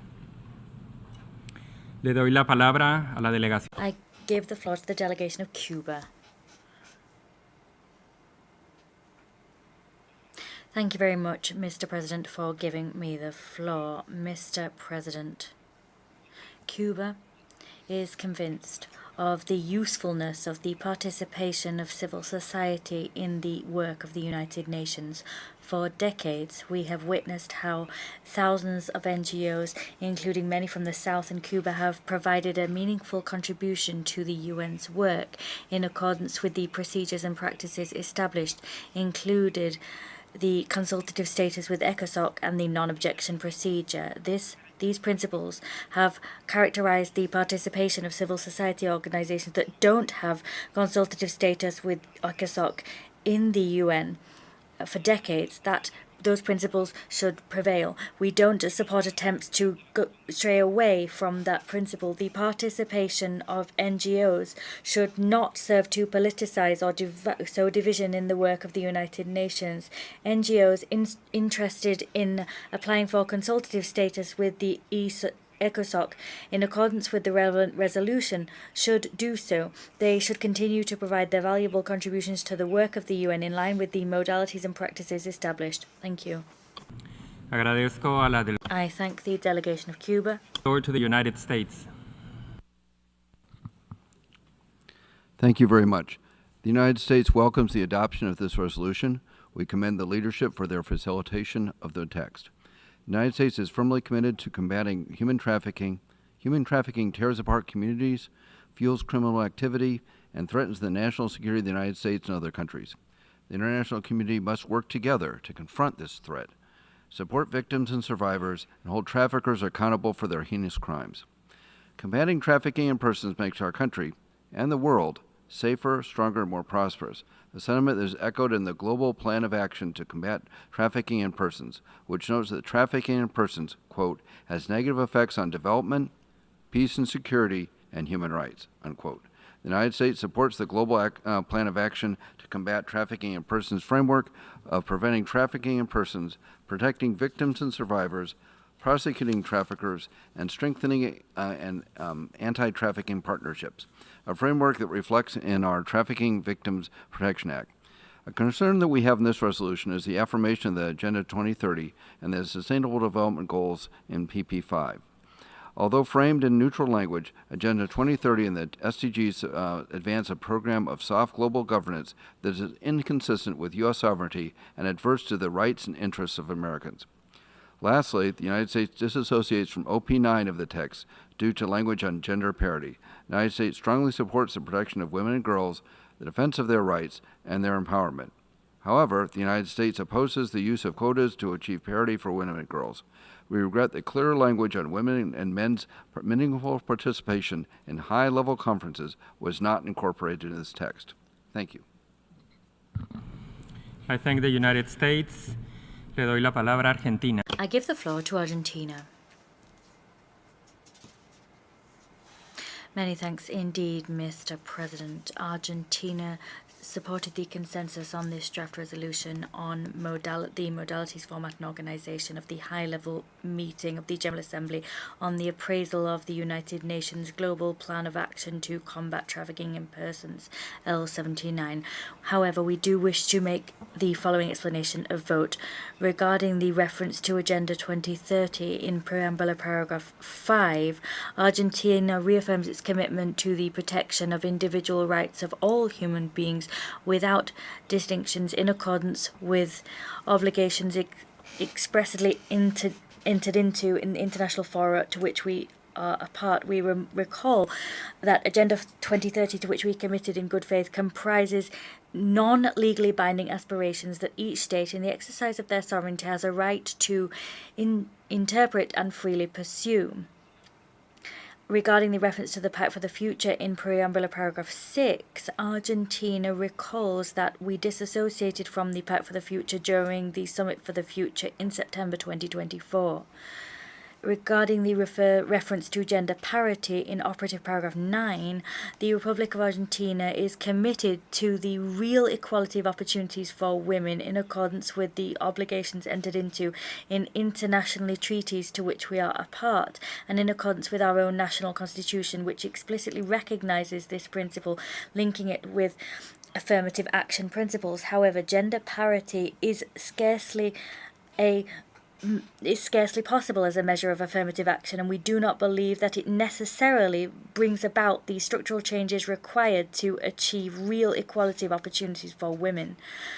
Among other reasons, it does not prioritize the evaluation of their merit and their contribution to social life, but rather it imposes a superficial solutions and a veneer of a solution which is far from combating structural discrimination that perpetuates stereotypes and symbolic discrimination against women. Thank you. Agradezco a la Argentina. I thank Argentina. Turquía. Thank you, Mr. President. Turkey is committed to supporting the active participation of NGOs, civil society organizations, academic institutions, and the private sector in the work of the UN, as this is essential for achieving our common goals. A large number of NGOs, as well as other stakeholders from Turkey, have already been contributing to all spheres of work of the UN and working together with the UN all over the globe, in particular in most vulnerable countries. We strongly support the participation of NGOs and other stakeholders to the work of the UN, as long as their objectives and activities are in line with the principles and purposes of the Charter of the UN. Mr. President, Turkey supports those NGOs and other stakeholders whose activities will contribute to the high-level meeting on the appraisal of the United Nations Global Plan of Action to combat trafficking in persons.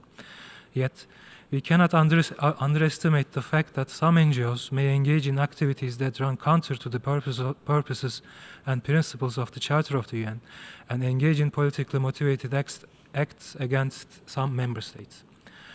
As a long-standing member of the NGO committee, we have encountered numerous cases where ECOSOC consultative status and participation in various UN meetings was abused by certain organizations. This leads to unnecessary politicization of discussions, which makes it difficult to achieve constructive dialogue and consensus. We believe that the criteria and principles formulated in ECOSOC Resolution 1996/31 should apply to all NGOs who seek to participate in the conferences and meetings of the UN.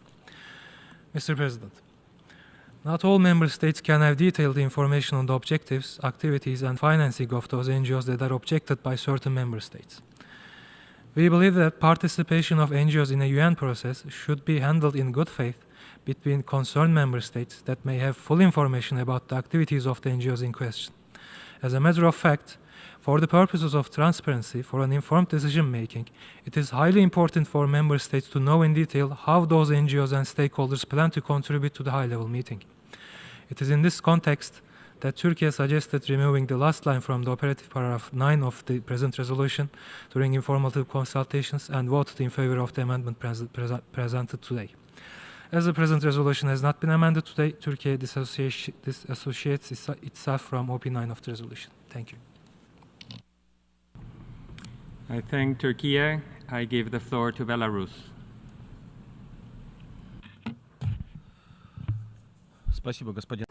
Thank you, Mr. President.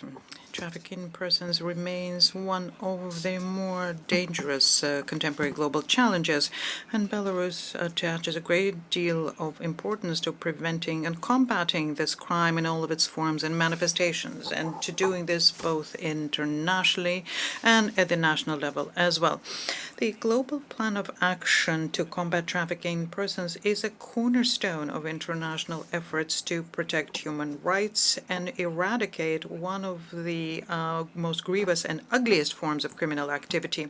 The importance of the global plan lies not only in creating one single platform to coordinate the activities of states, international organizations, civil society. It also lies in creating very clear guidelines so as to prevent crimes, protect victims, and bringing the perpetrators to account.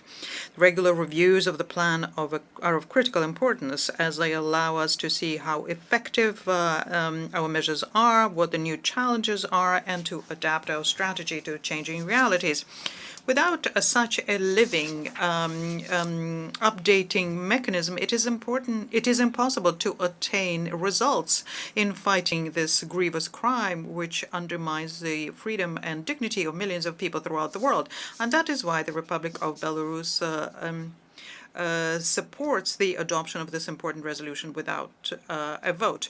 We're grateful to the coordinators of this process, the permanent representative of Cyprus and Tajikistan. We thank them for the work they've conducted, for the openness to constructive dialogue, and also for allowing enough time for a comprehensive discussion of all of the aspects of the text.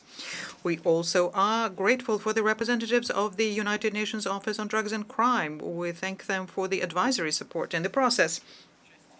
When it comes to the text resolution itself, we would like to point out the importance and the relevance of the topics chosen for the two interactive panels which are going to take place in the course of the high-level meeting.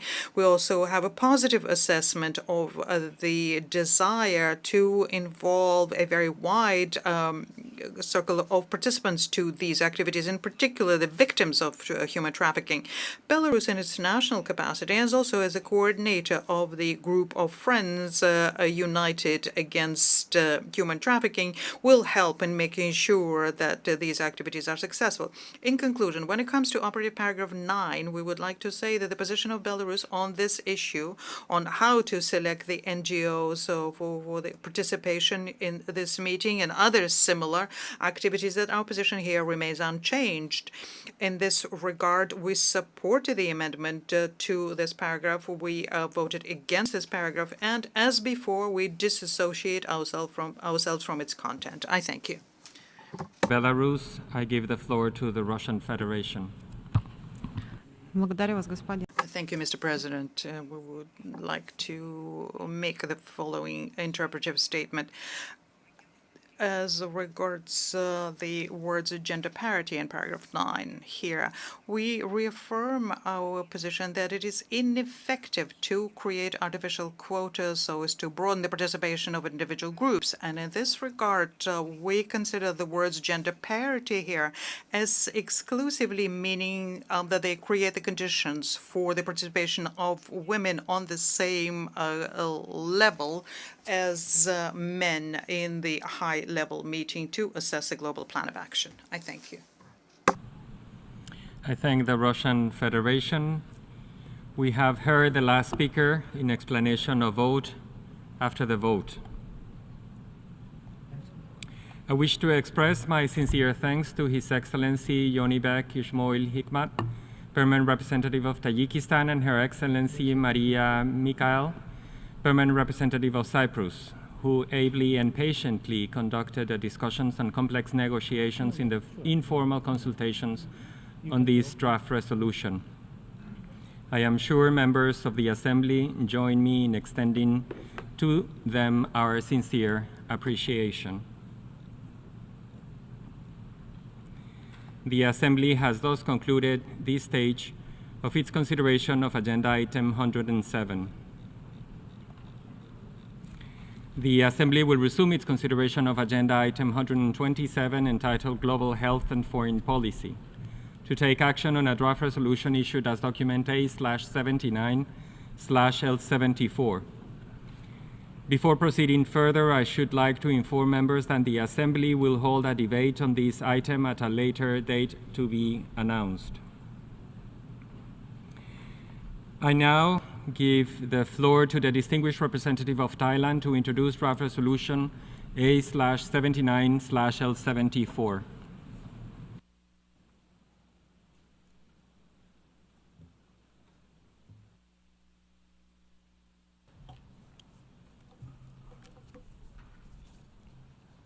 Mr. President, on behalf of the 7 members, the Foreign Policy and Global Health Initiative, namely Brazil, France, Indonesia, Norway, Senegal, South Africa, and Thailand, I have the honor to introduce draft resolution A/79/L74, entitled Global Health and Foreign Policy, Rethinking Health Promotion as a Transformative Path Towards Improved and More Sustainable Well-Being for All. The Foreign Policy and Global Health Initiative was formed by the foreign ministers of those 7 countries in September 2006. The group foresaw the growing synergies between foreign policy and global health. They saw the need to tackle emerging challenges and health emergencies collectively through enhanced partnership, international cooperation, and solidarity at all levels. Since 2008, the group has introduced in the General Assembly draft resolutions to bring global health issues to greater attention of the international community. Global health landscape today is interlocked with unprecedented challenges. The rising burden of non-communicable diseases is responsible for 24% of global deaths. Non-medical factors such as adverse effects of climate change, conflicts, and geopolitical tensions further aggravate health outcomes. Despite all the challenges, health financing is on the decline. Facing sharp cuts on external aids and global health funding, 2 billion people face financial hardship due to medical bills. For us to achieve SDG 3 and health-related goals, status quo is clearly not an option. We need to rethink how to better prepare our health system, how to make smarter investment in health. This draft resolution is timely for us to create a paradigm shift on how to address multiple global health challenges and health inequities, with a focus on health promotion to achieve good health and well-being. Allow me to highlight the main elements of the draft resolution. First, the draft resolution stresses that priority must be given to health promotion and disease prevention. This includes promotion of healthy lifestyles for all to enhance health equity and improve population health throughout one's life course. It also urges that we pay more attention to those who are often forgotten, such as elderly persons, persons with disabilities, and persons living with mental health issues, as well as newborns, women, children, and youth. Second, the draft resolution underscores the need to comprehensively address determinants of health, which are the root cause of ill health in key policies across sectors. It emphasizes the necessity to apply health in all policy approaches and One Health approach, while recognizing the need to tackle unhealthy products as major risk factors for NCDs through various measures, including consumer protection, especially for youth and children. Third, the draft resolution also underlines the transformative potential of digital technologies in advancing health promotion and disease prevention, while recognizing the need to bridge the digital divide in health between and within countries. It also places an emphasis on access, especially to digital technology, for developing countries to ensure equitable access to medical countermeasures and technologies, as well as access to quality and affordable health services for all, including sexual and reproductive healthcare services. Fourth, the draft resolution highlights the importance of building healthcare system capacities and capacities of health and care workforce. particularly for developing countries. The launch and the role of the WHO Academy is also highlighted as an important element in this process to support member states for enhancing lifelong learning capacity for health workforce. And fifth, the draft resolution calls for strengthening multi-sectoral actions, increasing financing, investment, and consideration for sustainable financing mechanisms for health promotion.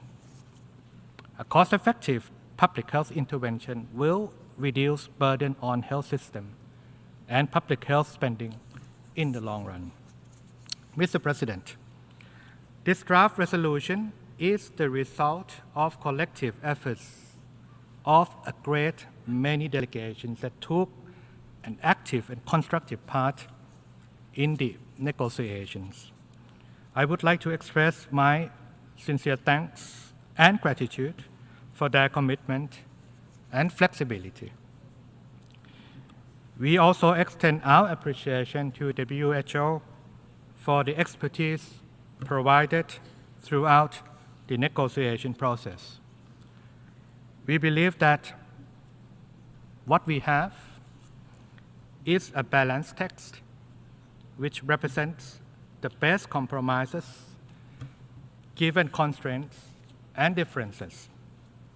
We therefore call on all member states to sustain this positive momentum by fully supporting the adoption of this draft resolution by consensus. Full support for this adoption means supporting the global health system to better prepare to respond to future global health challenges towards improved and more sustainable well-being for all. Before I conclude, let me welcome the conclusion of the negotiation of the pandemic agreement earlier this month in view of its consideration by the World Health Assembly at its 78th session. This agreement is, of course, a testament that by working together, we can overcome differences and constraints, and multilateralism can work to save lives. Thank you very much for your kind attention. I thank the distinguished representative of Thailand. We shall now proceed to consider Draft Resolution A/79/L74. For your information, the draft resolution has closed for e-sponsorship. I now give the floor to the representative of the Secretariat. Mr. President, I should like to announce that since the submission of the draft resolution, and in addition to the delegations listed on the L document, the foreign countries have also become co-sponsors of L74. Antigua and Barbuda, Colombia, El Salvador, Kazakhstan, Malaysia, and Vietnam. If any other countries wish to co-sponsor L74, please signify by pressing the microphone button now.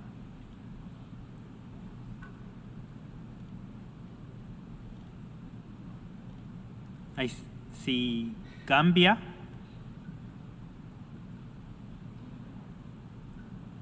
Thank you, Mr. President. I thank the representative of the Secretariat. We shall now proceed to consider Draft Resolution A/79/L74.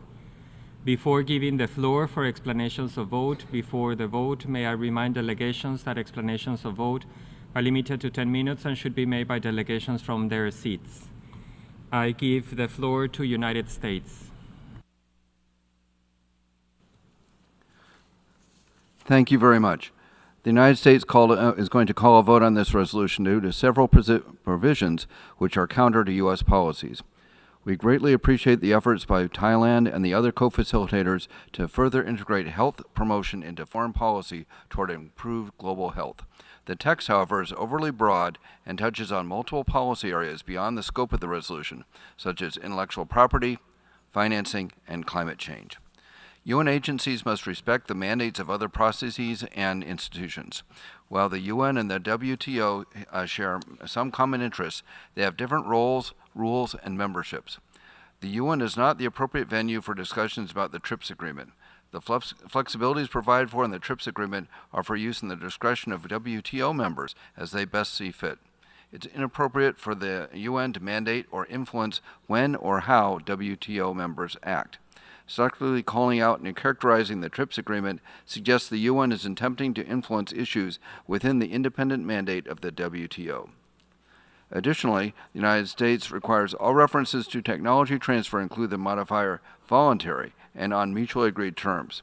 Any sharing of proprietary information, expertise, or technology needs to be both voluntary and on mutually agreed terms. We firmly underscore the importance of regulatory and legal environments that support innovation.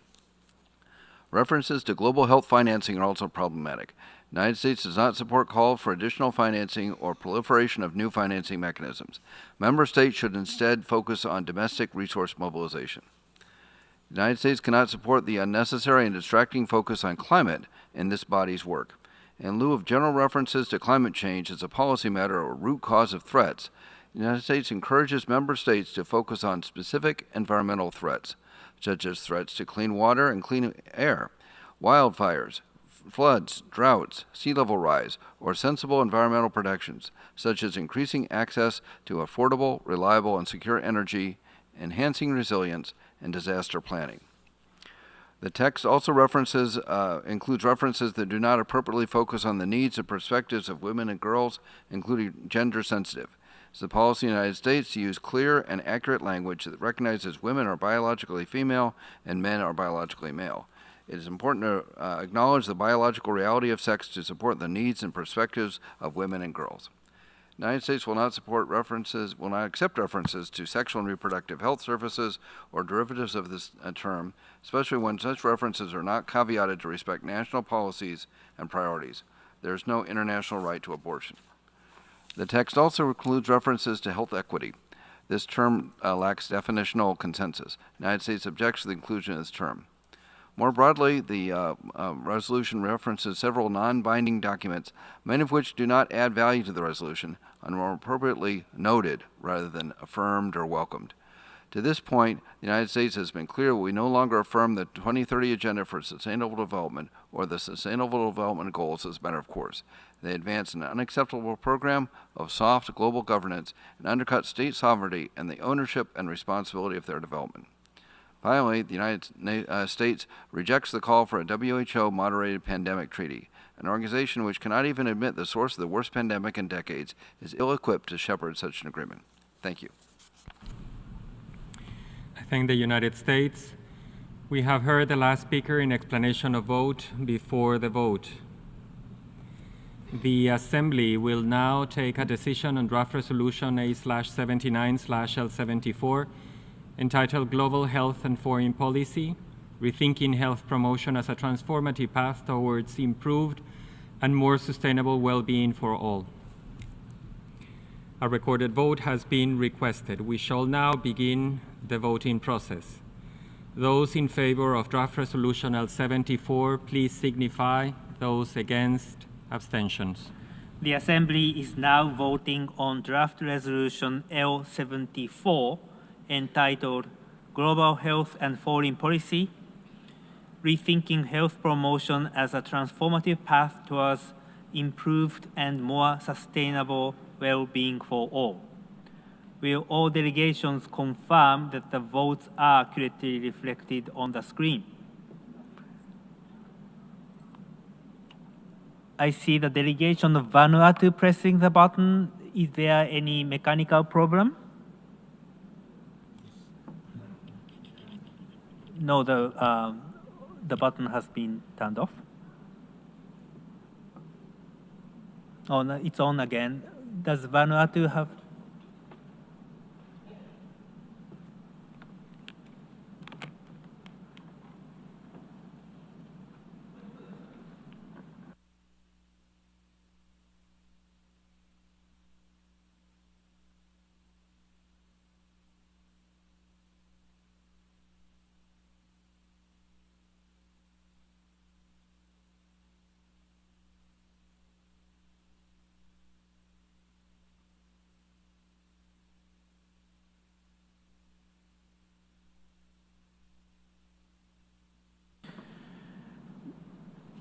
The voting has been completed.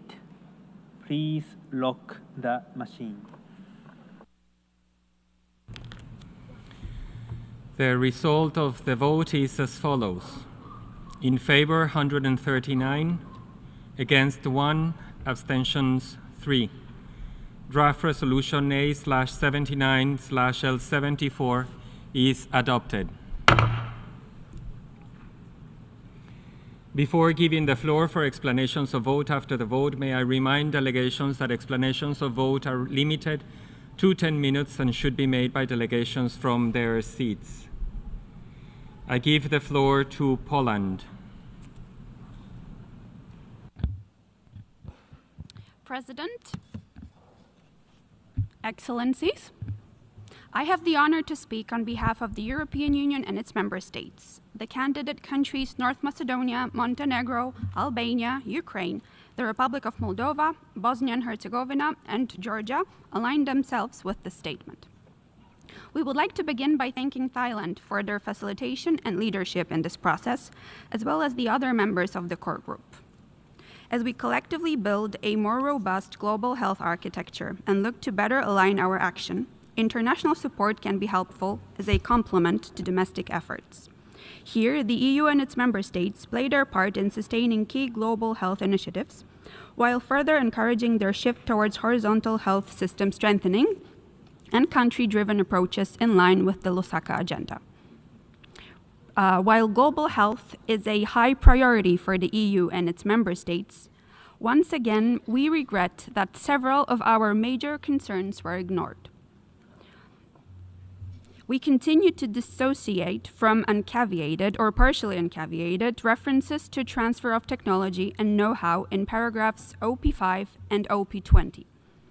The transfer of technology and know-how that we join in calling for must be voluntary and on mutually agreed terms.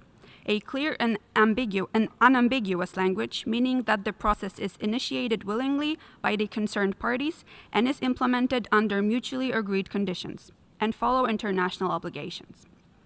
We regret such language being omitted from the final text. Technology transfer, which is voluntary and on mutually agreed terms, will secure the most adequate, quick, and efficient response to future pandemics. In addition, we have continuously expressed strong reservations with several other paragraphs and would like to put on the record that, in our understanding, no precedent is set with the following paragraphs. PP 18. The EU and its member states can only recognize references to the World Trade Organization Doha Declaration on the TRIPS Agreement and Public Health that are comprehensive and fully aligned to its text. PP 20. With reference to our dissociation from OP5 and OP20, we cannot agree to the depiction of technology transfer in this paragraph. PP 35. It does not reflect the many dimensions of this issue, underscoring that this resolution is not the proper place for its discussion, which is the upcoming high-level meeting on NCDs and mental health. The paragraph remains inconsistent with previously agreed language on fiscal and regulatory measures, particularly the 2018 Political Declaration on NCDs. OP2 and OP4. The EU and its member states stress that the creation of yet additional funds and financing initiatives further deepen harmful fragmentation of overall health financing and undermine the important objective of ensuring its sustainability, in particular in the current difficult resource context. OP3. The EU and its member states stress that the international cooperation to support efforts to build and strengthen capacity in developing countries may take different forms, which may or may not include enhanced official development assistance. This will depend inter alia on the context and circumstances of different developing country partners. Notwithstanding the above, the EU is fully and unreservedly committed to the overarching objective of the resolution, which is to promote health for all. Despite these concerns and reservations, the EU voted in favor of the text. In conclusion, the EU and its member states reiterate their support for multilateralism. We welcome the preliminary consensus on the pandemic agreement, and we look forward to the next steps, including the proceedings with regard to the document at the World Health Assembly in May. We also want to emphasize our unwavering support and commitment to WHO as the cornerstone of the global health architecture and express our support for WHO to fulfill this unique convening role. Enhancing coordination, seeking synergies and complementarity, eliminating overlaps and avoiding gaps is key to rationalize this global health ecosystem and improve its efficiency. We will continue to work together with all members in all fora on the acute as well as long-term challenges to global health, and look forward to engaging in that same spirit on the political declaration on non-communicable diseases and mental health. Thank you. I thank Poland. I give the floor to Russian Federation.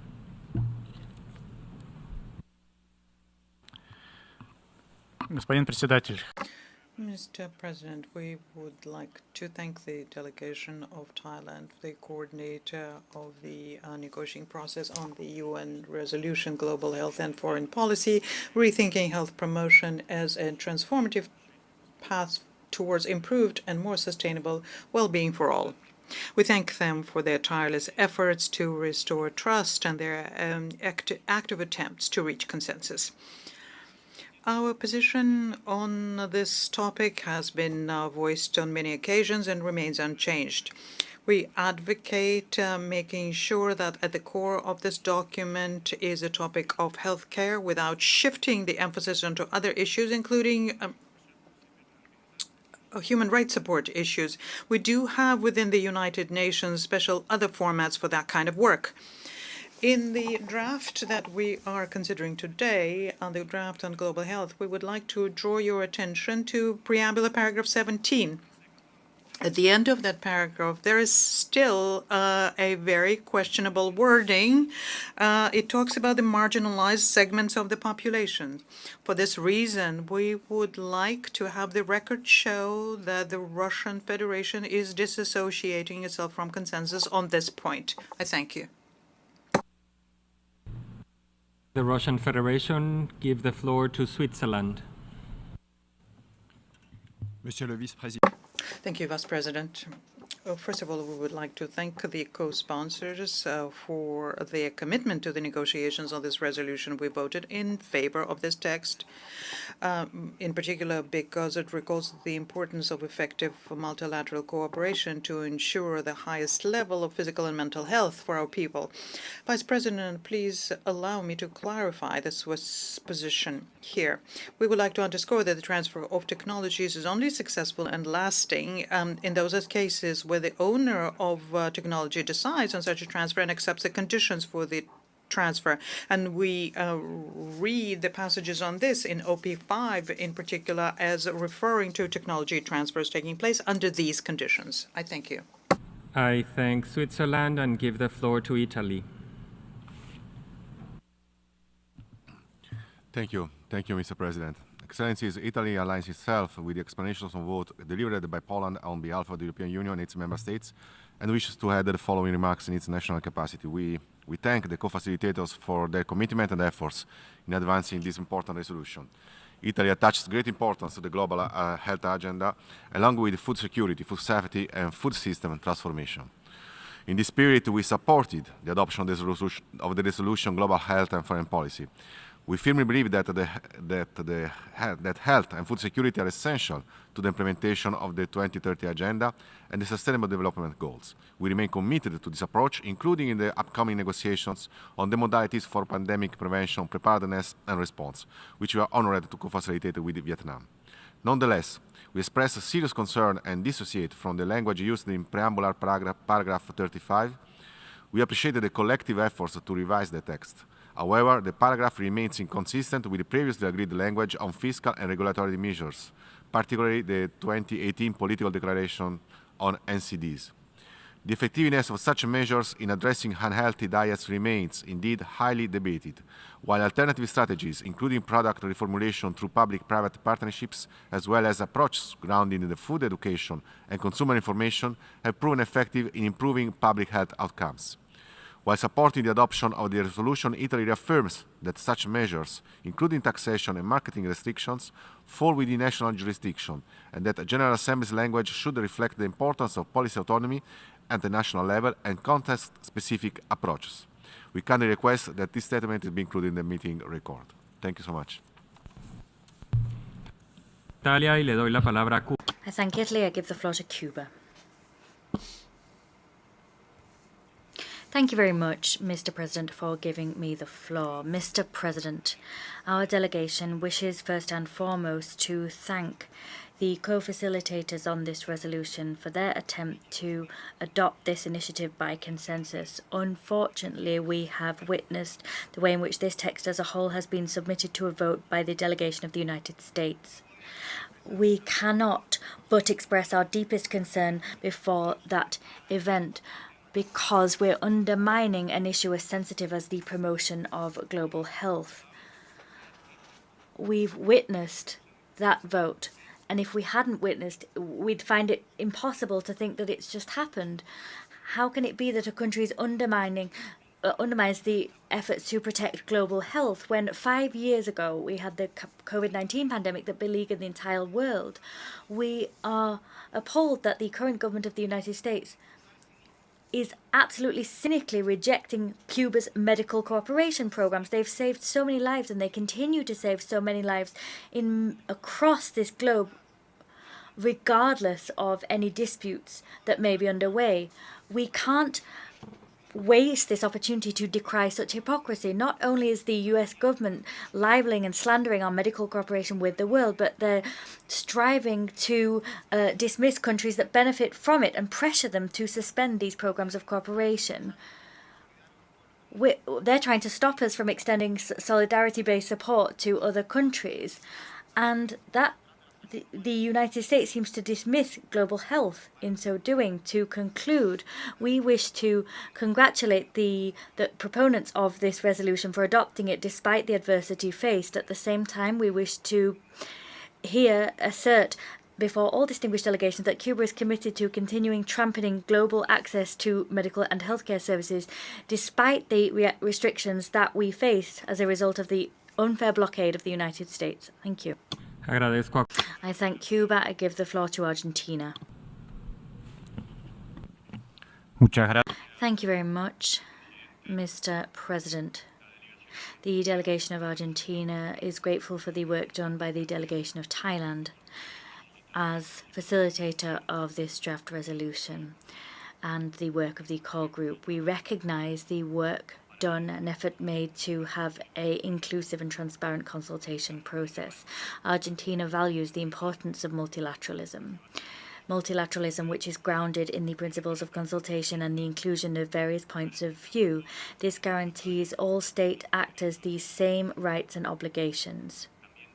We also underscore the importance of international cooperation, including on issues of health, respecting the national circumstances and priorities of each and every country. With that in mind, each country has the sovereign right to implement its own health policies, avoiding adopting approaches to global health which promote single-minded approaches and expand the work of certain international organizations such as the WHO and encourage them to stray beyond their original mandates. There is that general observation, and with that in mind, we abstained from voting on the current resolution. Mr. President, as regards the text of the document L74 itself, Argentina recalls that we disassociated from the Pact for the Future. We believe that Agenda 2030 for Sustainable Development comprises non-legally binding aspirations that each state in the exercise of its sovereignty has the right to interpret and pursue freely. Consequently, we disassociate from those related paragraphs, as well as from references to climate change, sexual and reproductive health, and from the references to the WHO, given what was already said by the Office of the President of the Argentine Republic in the communiqué issued on the 5th of February last. Argentina also reserves its national position on those paragraphs considered to run counter to the principles of the protection of life, freedom, and private property.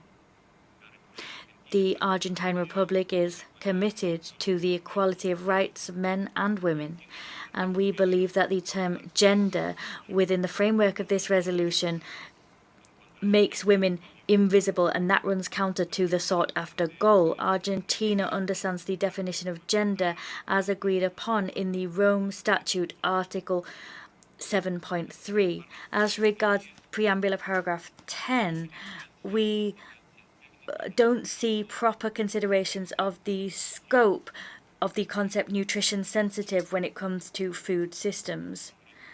There's not proper clarification given here. PP21 and OP18, now we recall that we are evaluating the impact of the most recent amendment to international health regulations within the context of national sovereignty and their scope for national implementation as specific policies.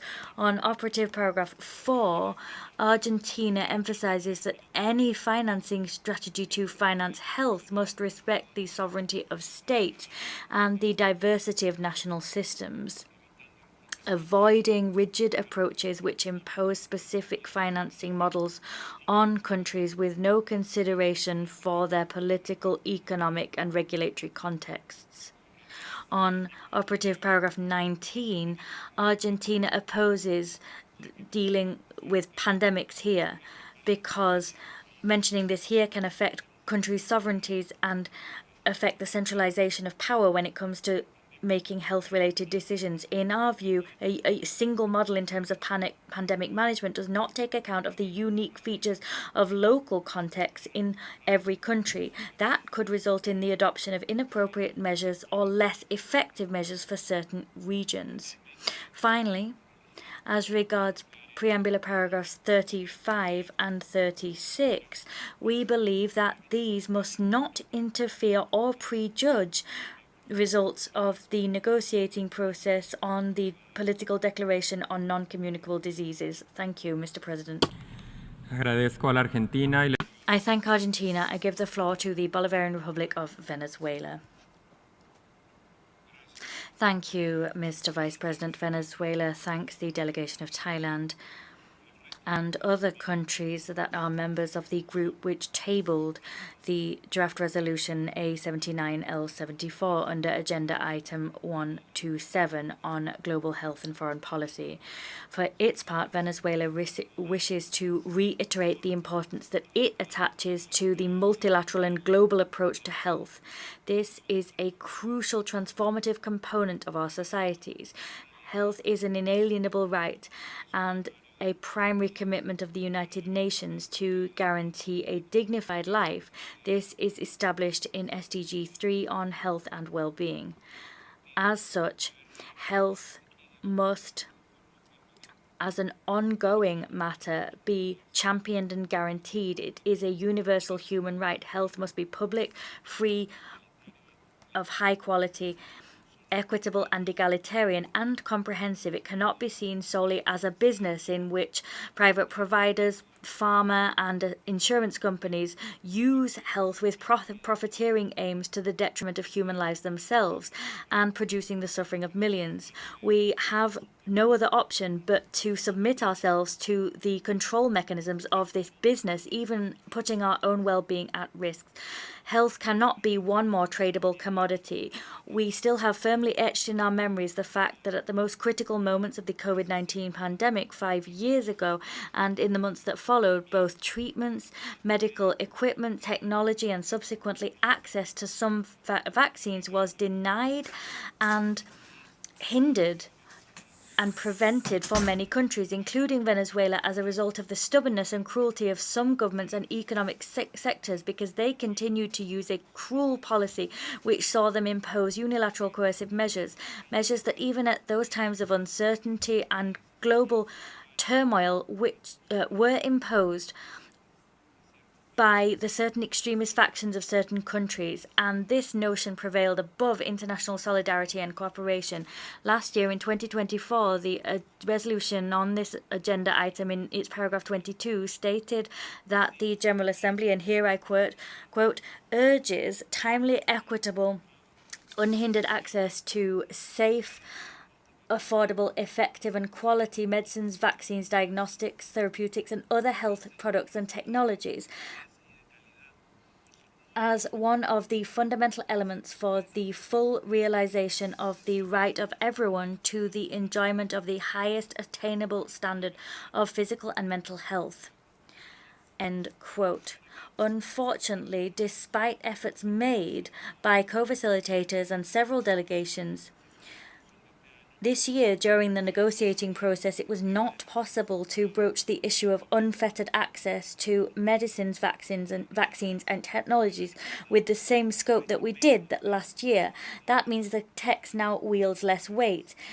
This year, and in forthcoming sessions, we hope that we will overcome those obstacles with a view to important follow-up processes at a global level within the UN framework. These will take place over the next 2-year period and include issues related to health, which is one of the areas primarily affected negatively, that is, by the criminal application of UCMs. Thank you very much, Mr. Vice President. Agradezco a la República I thank the Bolivarian Republic of Venezuela. Israel. Thank you, Mr. President. Our delegation wishes to thank Thailand and the other facilitators for the draft resolution A/79/L74. We would like to express support in the focus on strengthening health promotion strategies, enhancing universal health coverage, and harnessing digital health innovations. We also support the emphasis on reinforcing national ownership, promoting equitable access to health care, and enhancing prevention, preparedness, and response to health challenges, national, regional, and global. Nevertheless, we would like to emphasize our firm position on matters concerning technology transfer and intellectual property rights. Any transfer of technology must occur on voluntary and mutually agreed terms. Also, issues relating to the World Trade Organization agreement on trade-related aspects of intellectual property rights should continue to be addressed within WTO. We further regret the reference to the right to development in the draft. While we fully support the promotion of human rights, we believe that no single human right should be prioritized over other equally important rights in the context of global health discussions. Health promotion efforts must be grounded in the comprehensive and indivisible framework of all human rights. In light of these considerations, and despite our support for much of the resolution's content, our delegation has decided to abstain on the vote on A/79/L74. We will continue to work with all member states to advance global health and aspire to reach a future consensus that reflects our shared objectives and the need for balanced and appropriate approaches to technology and innovation. Thank you, Mr. President. I thank Israel. I give the floor to the Islamic Republic of Iran.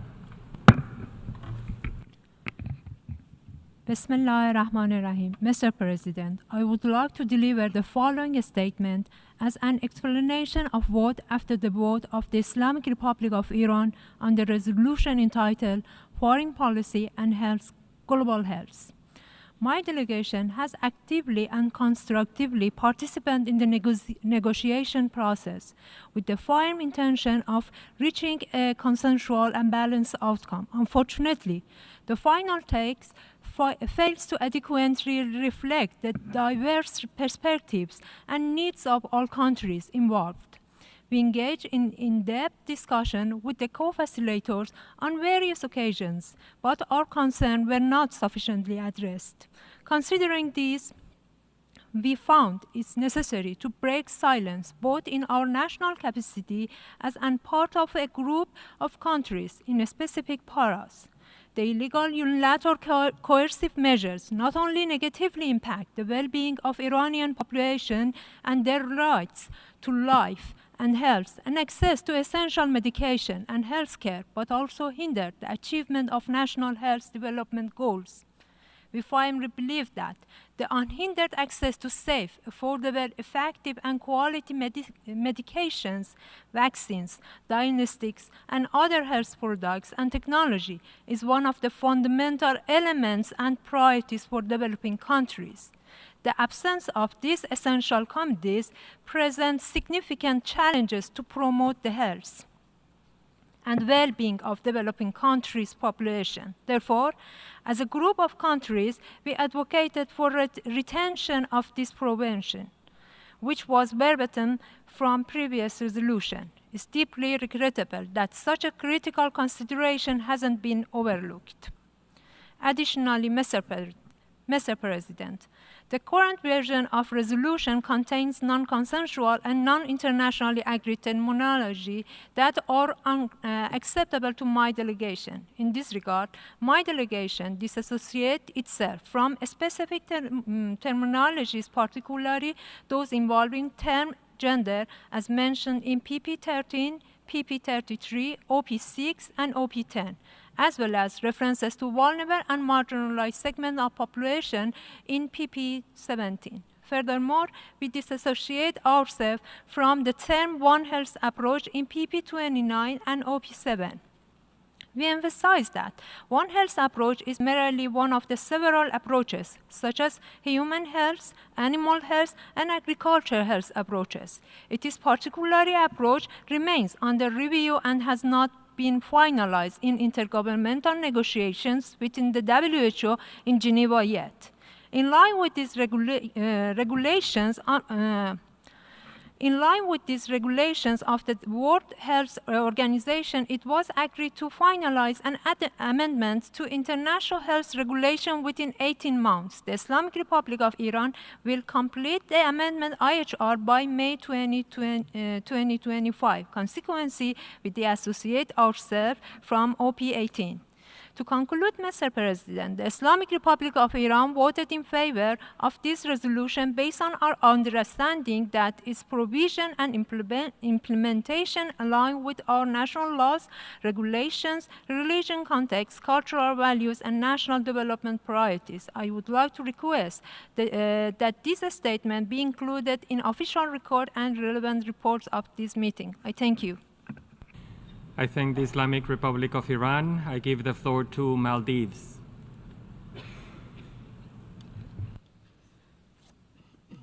Thank you, President. My delegation supports the overarching objective of the resolutions before us today and has voted in favor in this regard. We welcome the resolution's emphasis on health promotion, equity, and essential pillars of sustainable well-being.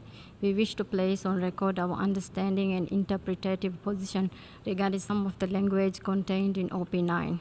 We believe that references to sexual and reproductive health and reproductive rights should be understood in the context of each country's national law and regulations. As such, we emphasize that implementation of these commitments must align with national legal frameworks. In this spirit and with the above considerations in mind, we have voted in favor on this resolution. We reaffirm our commitments to the health and well-being of all individuals while upholding the principles of national sovereignty. I thank you. I thank Maldives. I give the floor to Saudi Arabia.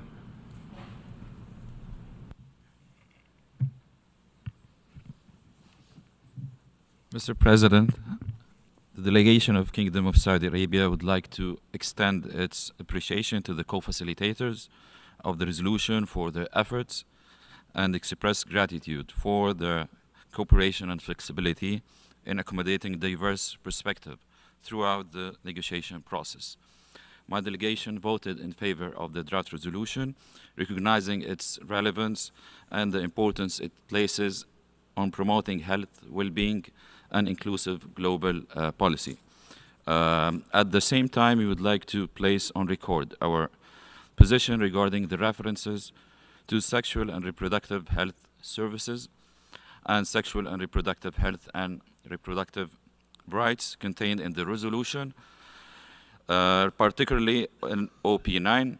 The Kingdom of Saudi Arabia would like to interpret these terms in a manner that's fully consistent with our national legislation, cultural values, and societal norms. Thank you, Mr. President. I thank the Kingdom of Saudi Arabia. I give the floor to Japan. Thank you, Mr. President.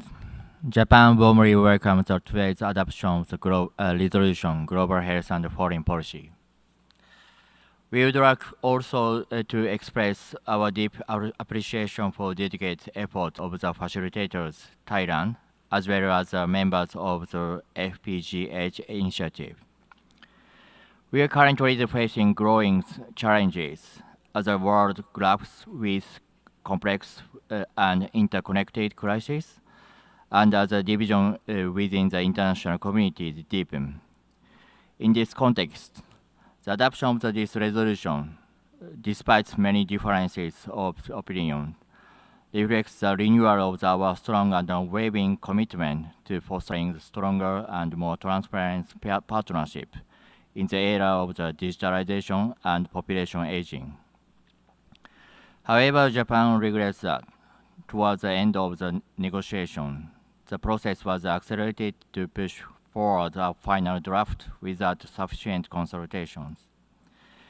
This resulted in the missed opportunity to reach a common understanding on several specific policy issues, in particular regarding the technology transfer as referred to in OP5. In this regard, Japan would like to reiterate the importance of the basic principles. Technology transfer should be conducted on the voluntary basis and mutually agreed terms, for the following reasons. Technology are in many cases the property of the private entities, and it's therefore unacceptable for transfer of such technology to be imposed by any party. Accordingly, technology transfer should be voluntary. Technology transfer must occur with consent of all involved parties. Therefore, it should be carried out on mutually agreed terms. Mr. President, the adoption of this resolution is not an end, but a new beginning. Japan remains committed to continuing our best effort to contribute to the building healthier and more resilient world. I thank you. I thank Japan. I give the floor to China. Thank you, Mr. President. Mr. President, the enjoyment of health is a shared aspiration of humanity, and safeguarding global public health security is a common pursuit of all countries. Health promotion is part and parcel of public health policy and a social strategy to broadly mobilize and coordinate concerted sectoral efforts to this end. It has thus become a priority policy option for states. This year's GA resolution on global health and foreign policy is themed on health promotion, which is highly relevant. China has thus voted in favor of the resolution and supports its implementation by all states to strengthen health promotion, improve well-being for all, and help align foreign and health policies, especially by providing necessary financial and technical support to developing countries to strengthen their health systems. Mr. President, Thailand, as the core facilitator and the core group on global health and foreign policy, have consistently worked for consensus on a draft resolution. Since last year, they have conducted multiple consultations, taken on board various views, and patiently sought compromises over the past year. We commend their efforts in this regard. Despite some differences between member states, they have all expressed support to the resolution and multilateralism, as well as to the cooperation on global public health agenda. They have demonstrated solidarity and flexibility. In stark contrast, the United States did not contribute any helpful amendments over the past 4 months and has not engaged constructively in the consultations. What the United States did was to ambush the Assembly by single-handedly subjecting the whole text to a vote during its action stage. Such crude and gross acts of sabotage speaks volumes about its unilateralism and bullying practices, as well as the disregard of global public health. While the international community has broad consensus on strengthening cooperation on global public health and on promoting the implementation of the 2030 Agenda, climate change, as well as the role of the WHO, among others, the United States, in disregard of international consensus, uses its own position on the relevant draft texts as an excuse to push for a vote in an attempt to block the draft from reflecting the positions and consensus of the vast majority of states.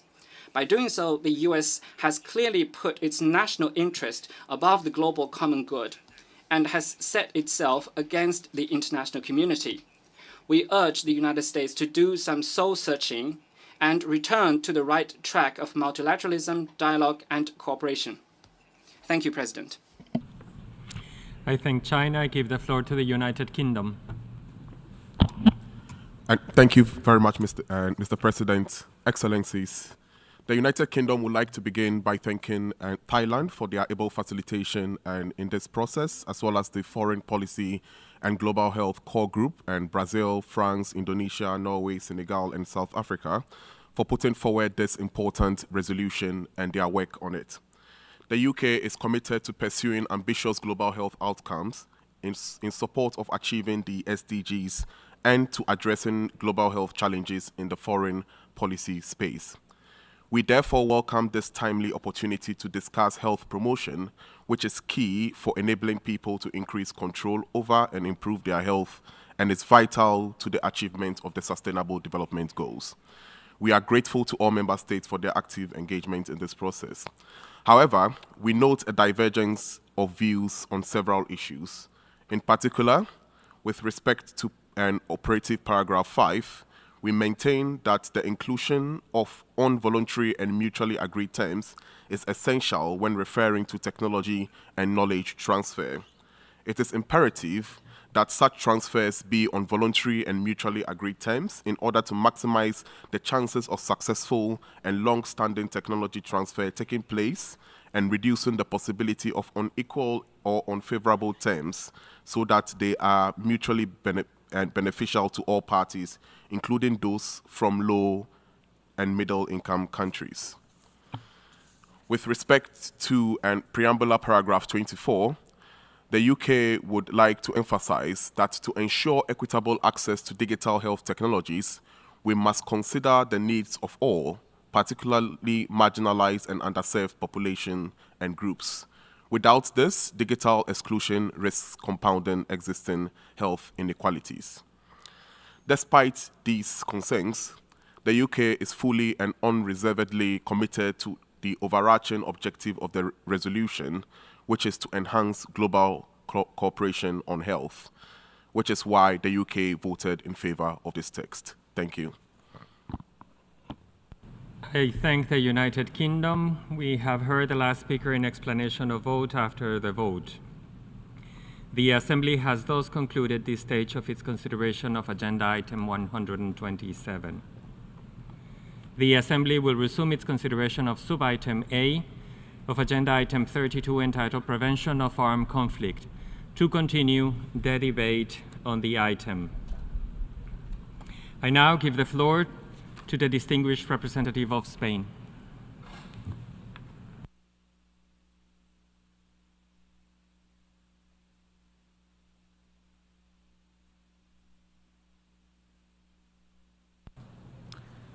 Muchas gracias. Thank you very much, Mr. President. At the outset, Spain wishes to align itself with the statement made this morning by the European Union. In our national capacity, I'm going to make a series of additional comments. I wish to begin my statement by expressing gratitude for the work of the team that makes up the international, impartial and independent mechanism to assist in the investigation and prosecution of persons responsible for the most serious crimes under international law committed in the Syrian Arab Republic.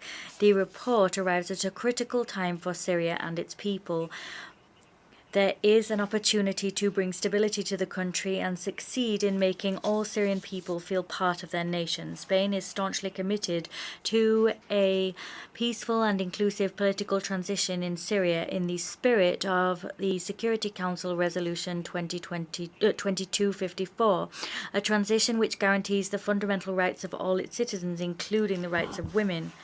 The Minister for Foreign Affairs of the European Union and Cooperation of Spain, Minister Alvarez, visited Damascus in January to convey this message to the Syrian caretaker authorities. The international community cannot waste this opportunity. Peace and justice cannot exist without adequate accountability. Consequently, accountability must be a crucial component of Syria's transitional process. Mr. President, the work of the mechanism pursuant to the UN mandate is vital to buttress criminal accountability processes in Syria. As such, we welcome the progress made in the implementation of the mechanism's strategic plan as described in the report, specifically improvements made to its inclusive justice focus, including strategic thematic strategies on gender, children and young people, and more meaningful cooperation with Syrian civil society organizations, including victims' associations. Moreover, we underscore progress made by the mechanism in compiling, preserving, and processing the growing body of evidence through enhanced processes and the innovative use of digital technology. These efforts are of paramount importance to conserve evidence in line with the highest standards of integrity in order that they can serve in current and future accountability processes. Victim support is a priority for Spain. As such, we support the victim-centered approach described by the report. This approach focuses on their experiences and perspectives from a rights point of view. We view very favorably the approach focusing on historically overlooked groups, particularly women and children. The increase in the mechanism's workload means that its financing must also increase. Spain, in line with its commitment to an inclusive political transition in Syria and with the priority that we attach to accountability, has pledged a voluntary contribution to the mechanism to the tune of €500,000. We encourage other states to also support the mechanism because the value of technical knowledge, the analytical product and the operational support that it provides is clear. Spain will continue to support the work of the mechanism and will continue to encourage other member states to increase their commitments to this instrument, an instrument which is fundamental for accountability in Syria and key as such in the political transition process. Consequently, we urge the Syrian interim authorities to cooperate with the mechanism and to guarantee it unfettered access to discharge the mandate issued in this assembly. We have before us an opportunity to consolidate peace and stability in Syria in an inclusive and just way. Let us together do everything necessary not to waste this opportunity. Thank you, Mr. President. I thank the distinguished representative of Spain. To the distinguished representative of China.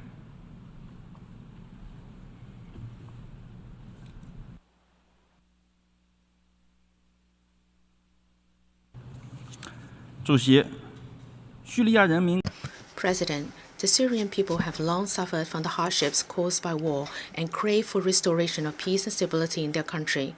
At present, the situation in Syria is at a critical stage. The international community should provide constructive assistance to Syria. 1. An inclusive political transition should be promoted. China hopes that all parties concerned in Syria, in accordance with the principles set out in Security Council Resolution 2254, engage in extensive dialogue and consultations, promote internal reconciliation and political transition process that is Syrian-led and Syrian-owned. China supports the role of the UN in this process, as well as the efforts of the Arab League in Syria's political transition and reconstruction. 2. Terrorism must be resolutely combated. Terrorism is a common enemy of mankind. Terrorist forces in Syria pose real threats not only to Syria, but also to regional international peace and security. UN Security Council resolutions on terrorism must be fully and effectively implemented.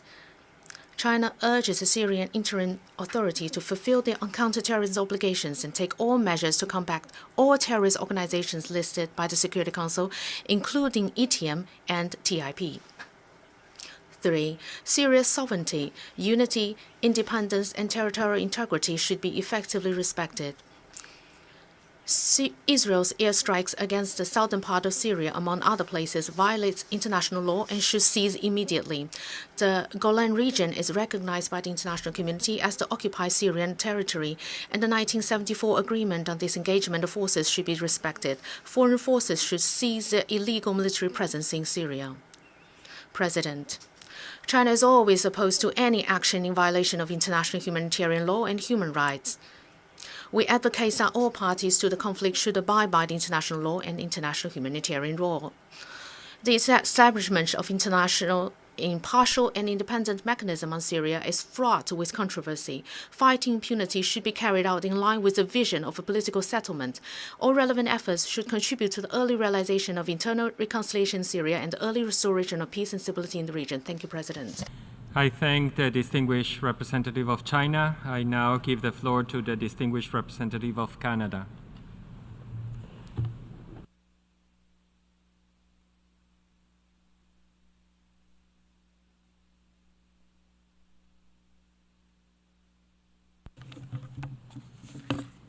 Thank you, Mr. President. On behalf of Canada, let me start by congratulating you, Robert, for taking the leadership of the international, impartial, and independent mechanism. We thank you for your report, which come, like your arrival, at a time of significant change in the Syrian Arab Republic, following the end of the rule of Bashar al-Assad at the end of 2024. Canada has welcomed over 100,000 Syrian refugees since 2015, and they have become an essential part of the fabric of today's Canada. Many Canadians stood hand in hands with their new neighbors and friends as the event of December 8 unfolded on all our TV screens. This event marks a significant turning point for the Syrian people who have endured unimaginable hardship. Canada continues to stand with the Syrian people and are ready to discuss with them how the international community can support them in rebuilding their country. To do so, Canada supported the immediate delivery of assistance into Syria to tackle the ongoing humanitarian crisis. Furthermore, Canada remains committed to support accountability and transitional justice efforts related to the Syrian conflict. These efforts include our case filed with the Netherlands, which seeks to hold Syria accountable before the International Court of Justice for the torture and cruel, inhumane, and degrading treatment and punishment of its own people carried out by the Assad regime. Through its ongoing efforts on the investigation and prosecution of those responsible for the heinous crimes under international law committed in the Syrian Arab Republic since March 2011, the mechanisms continue to play an indispensable and necessary role. The documentation and collection of evidence are critical in our common quest to uphold human rights and international law. Canada welcomes the Syrian Authority engagement with the mechanism and encouraged continued collaboration to support accountability efforts in their country. We're encouraged by the message we've heard this week about honoring Syria's mosaic and look forward to continued progress in the inclusive political transition. Canada also welcomes the announcement made by the Syrian authorities where they say they plan to establish an independent commission on transitional justice. And we encourage the coordination in due time between this commission, the mechanism, and other key actors such as the Independent Institution on Missing Persons in the Syrian Arab Republic and the Independent International Commission of Inquiry on the Syrian Arab Republic. We are convinced that accountability for human rights violations and justice for the victims are essential to promote lasting peace and lasting reconciliation in Syria. I thank you. I thank the distinguished representative of Canada. We have heard the last speaker in the debate on this item. The Assembly has thus concluded this stage of its consideration of sub-item A of Agenda Item 32. The meeting is adjourned.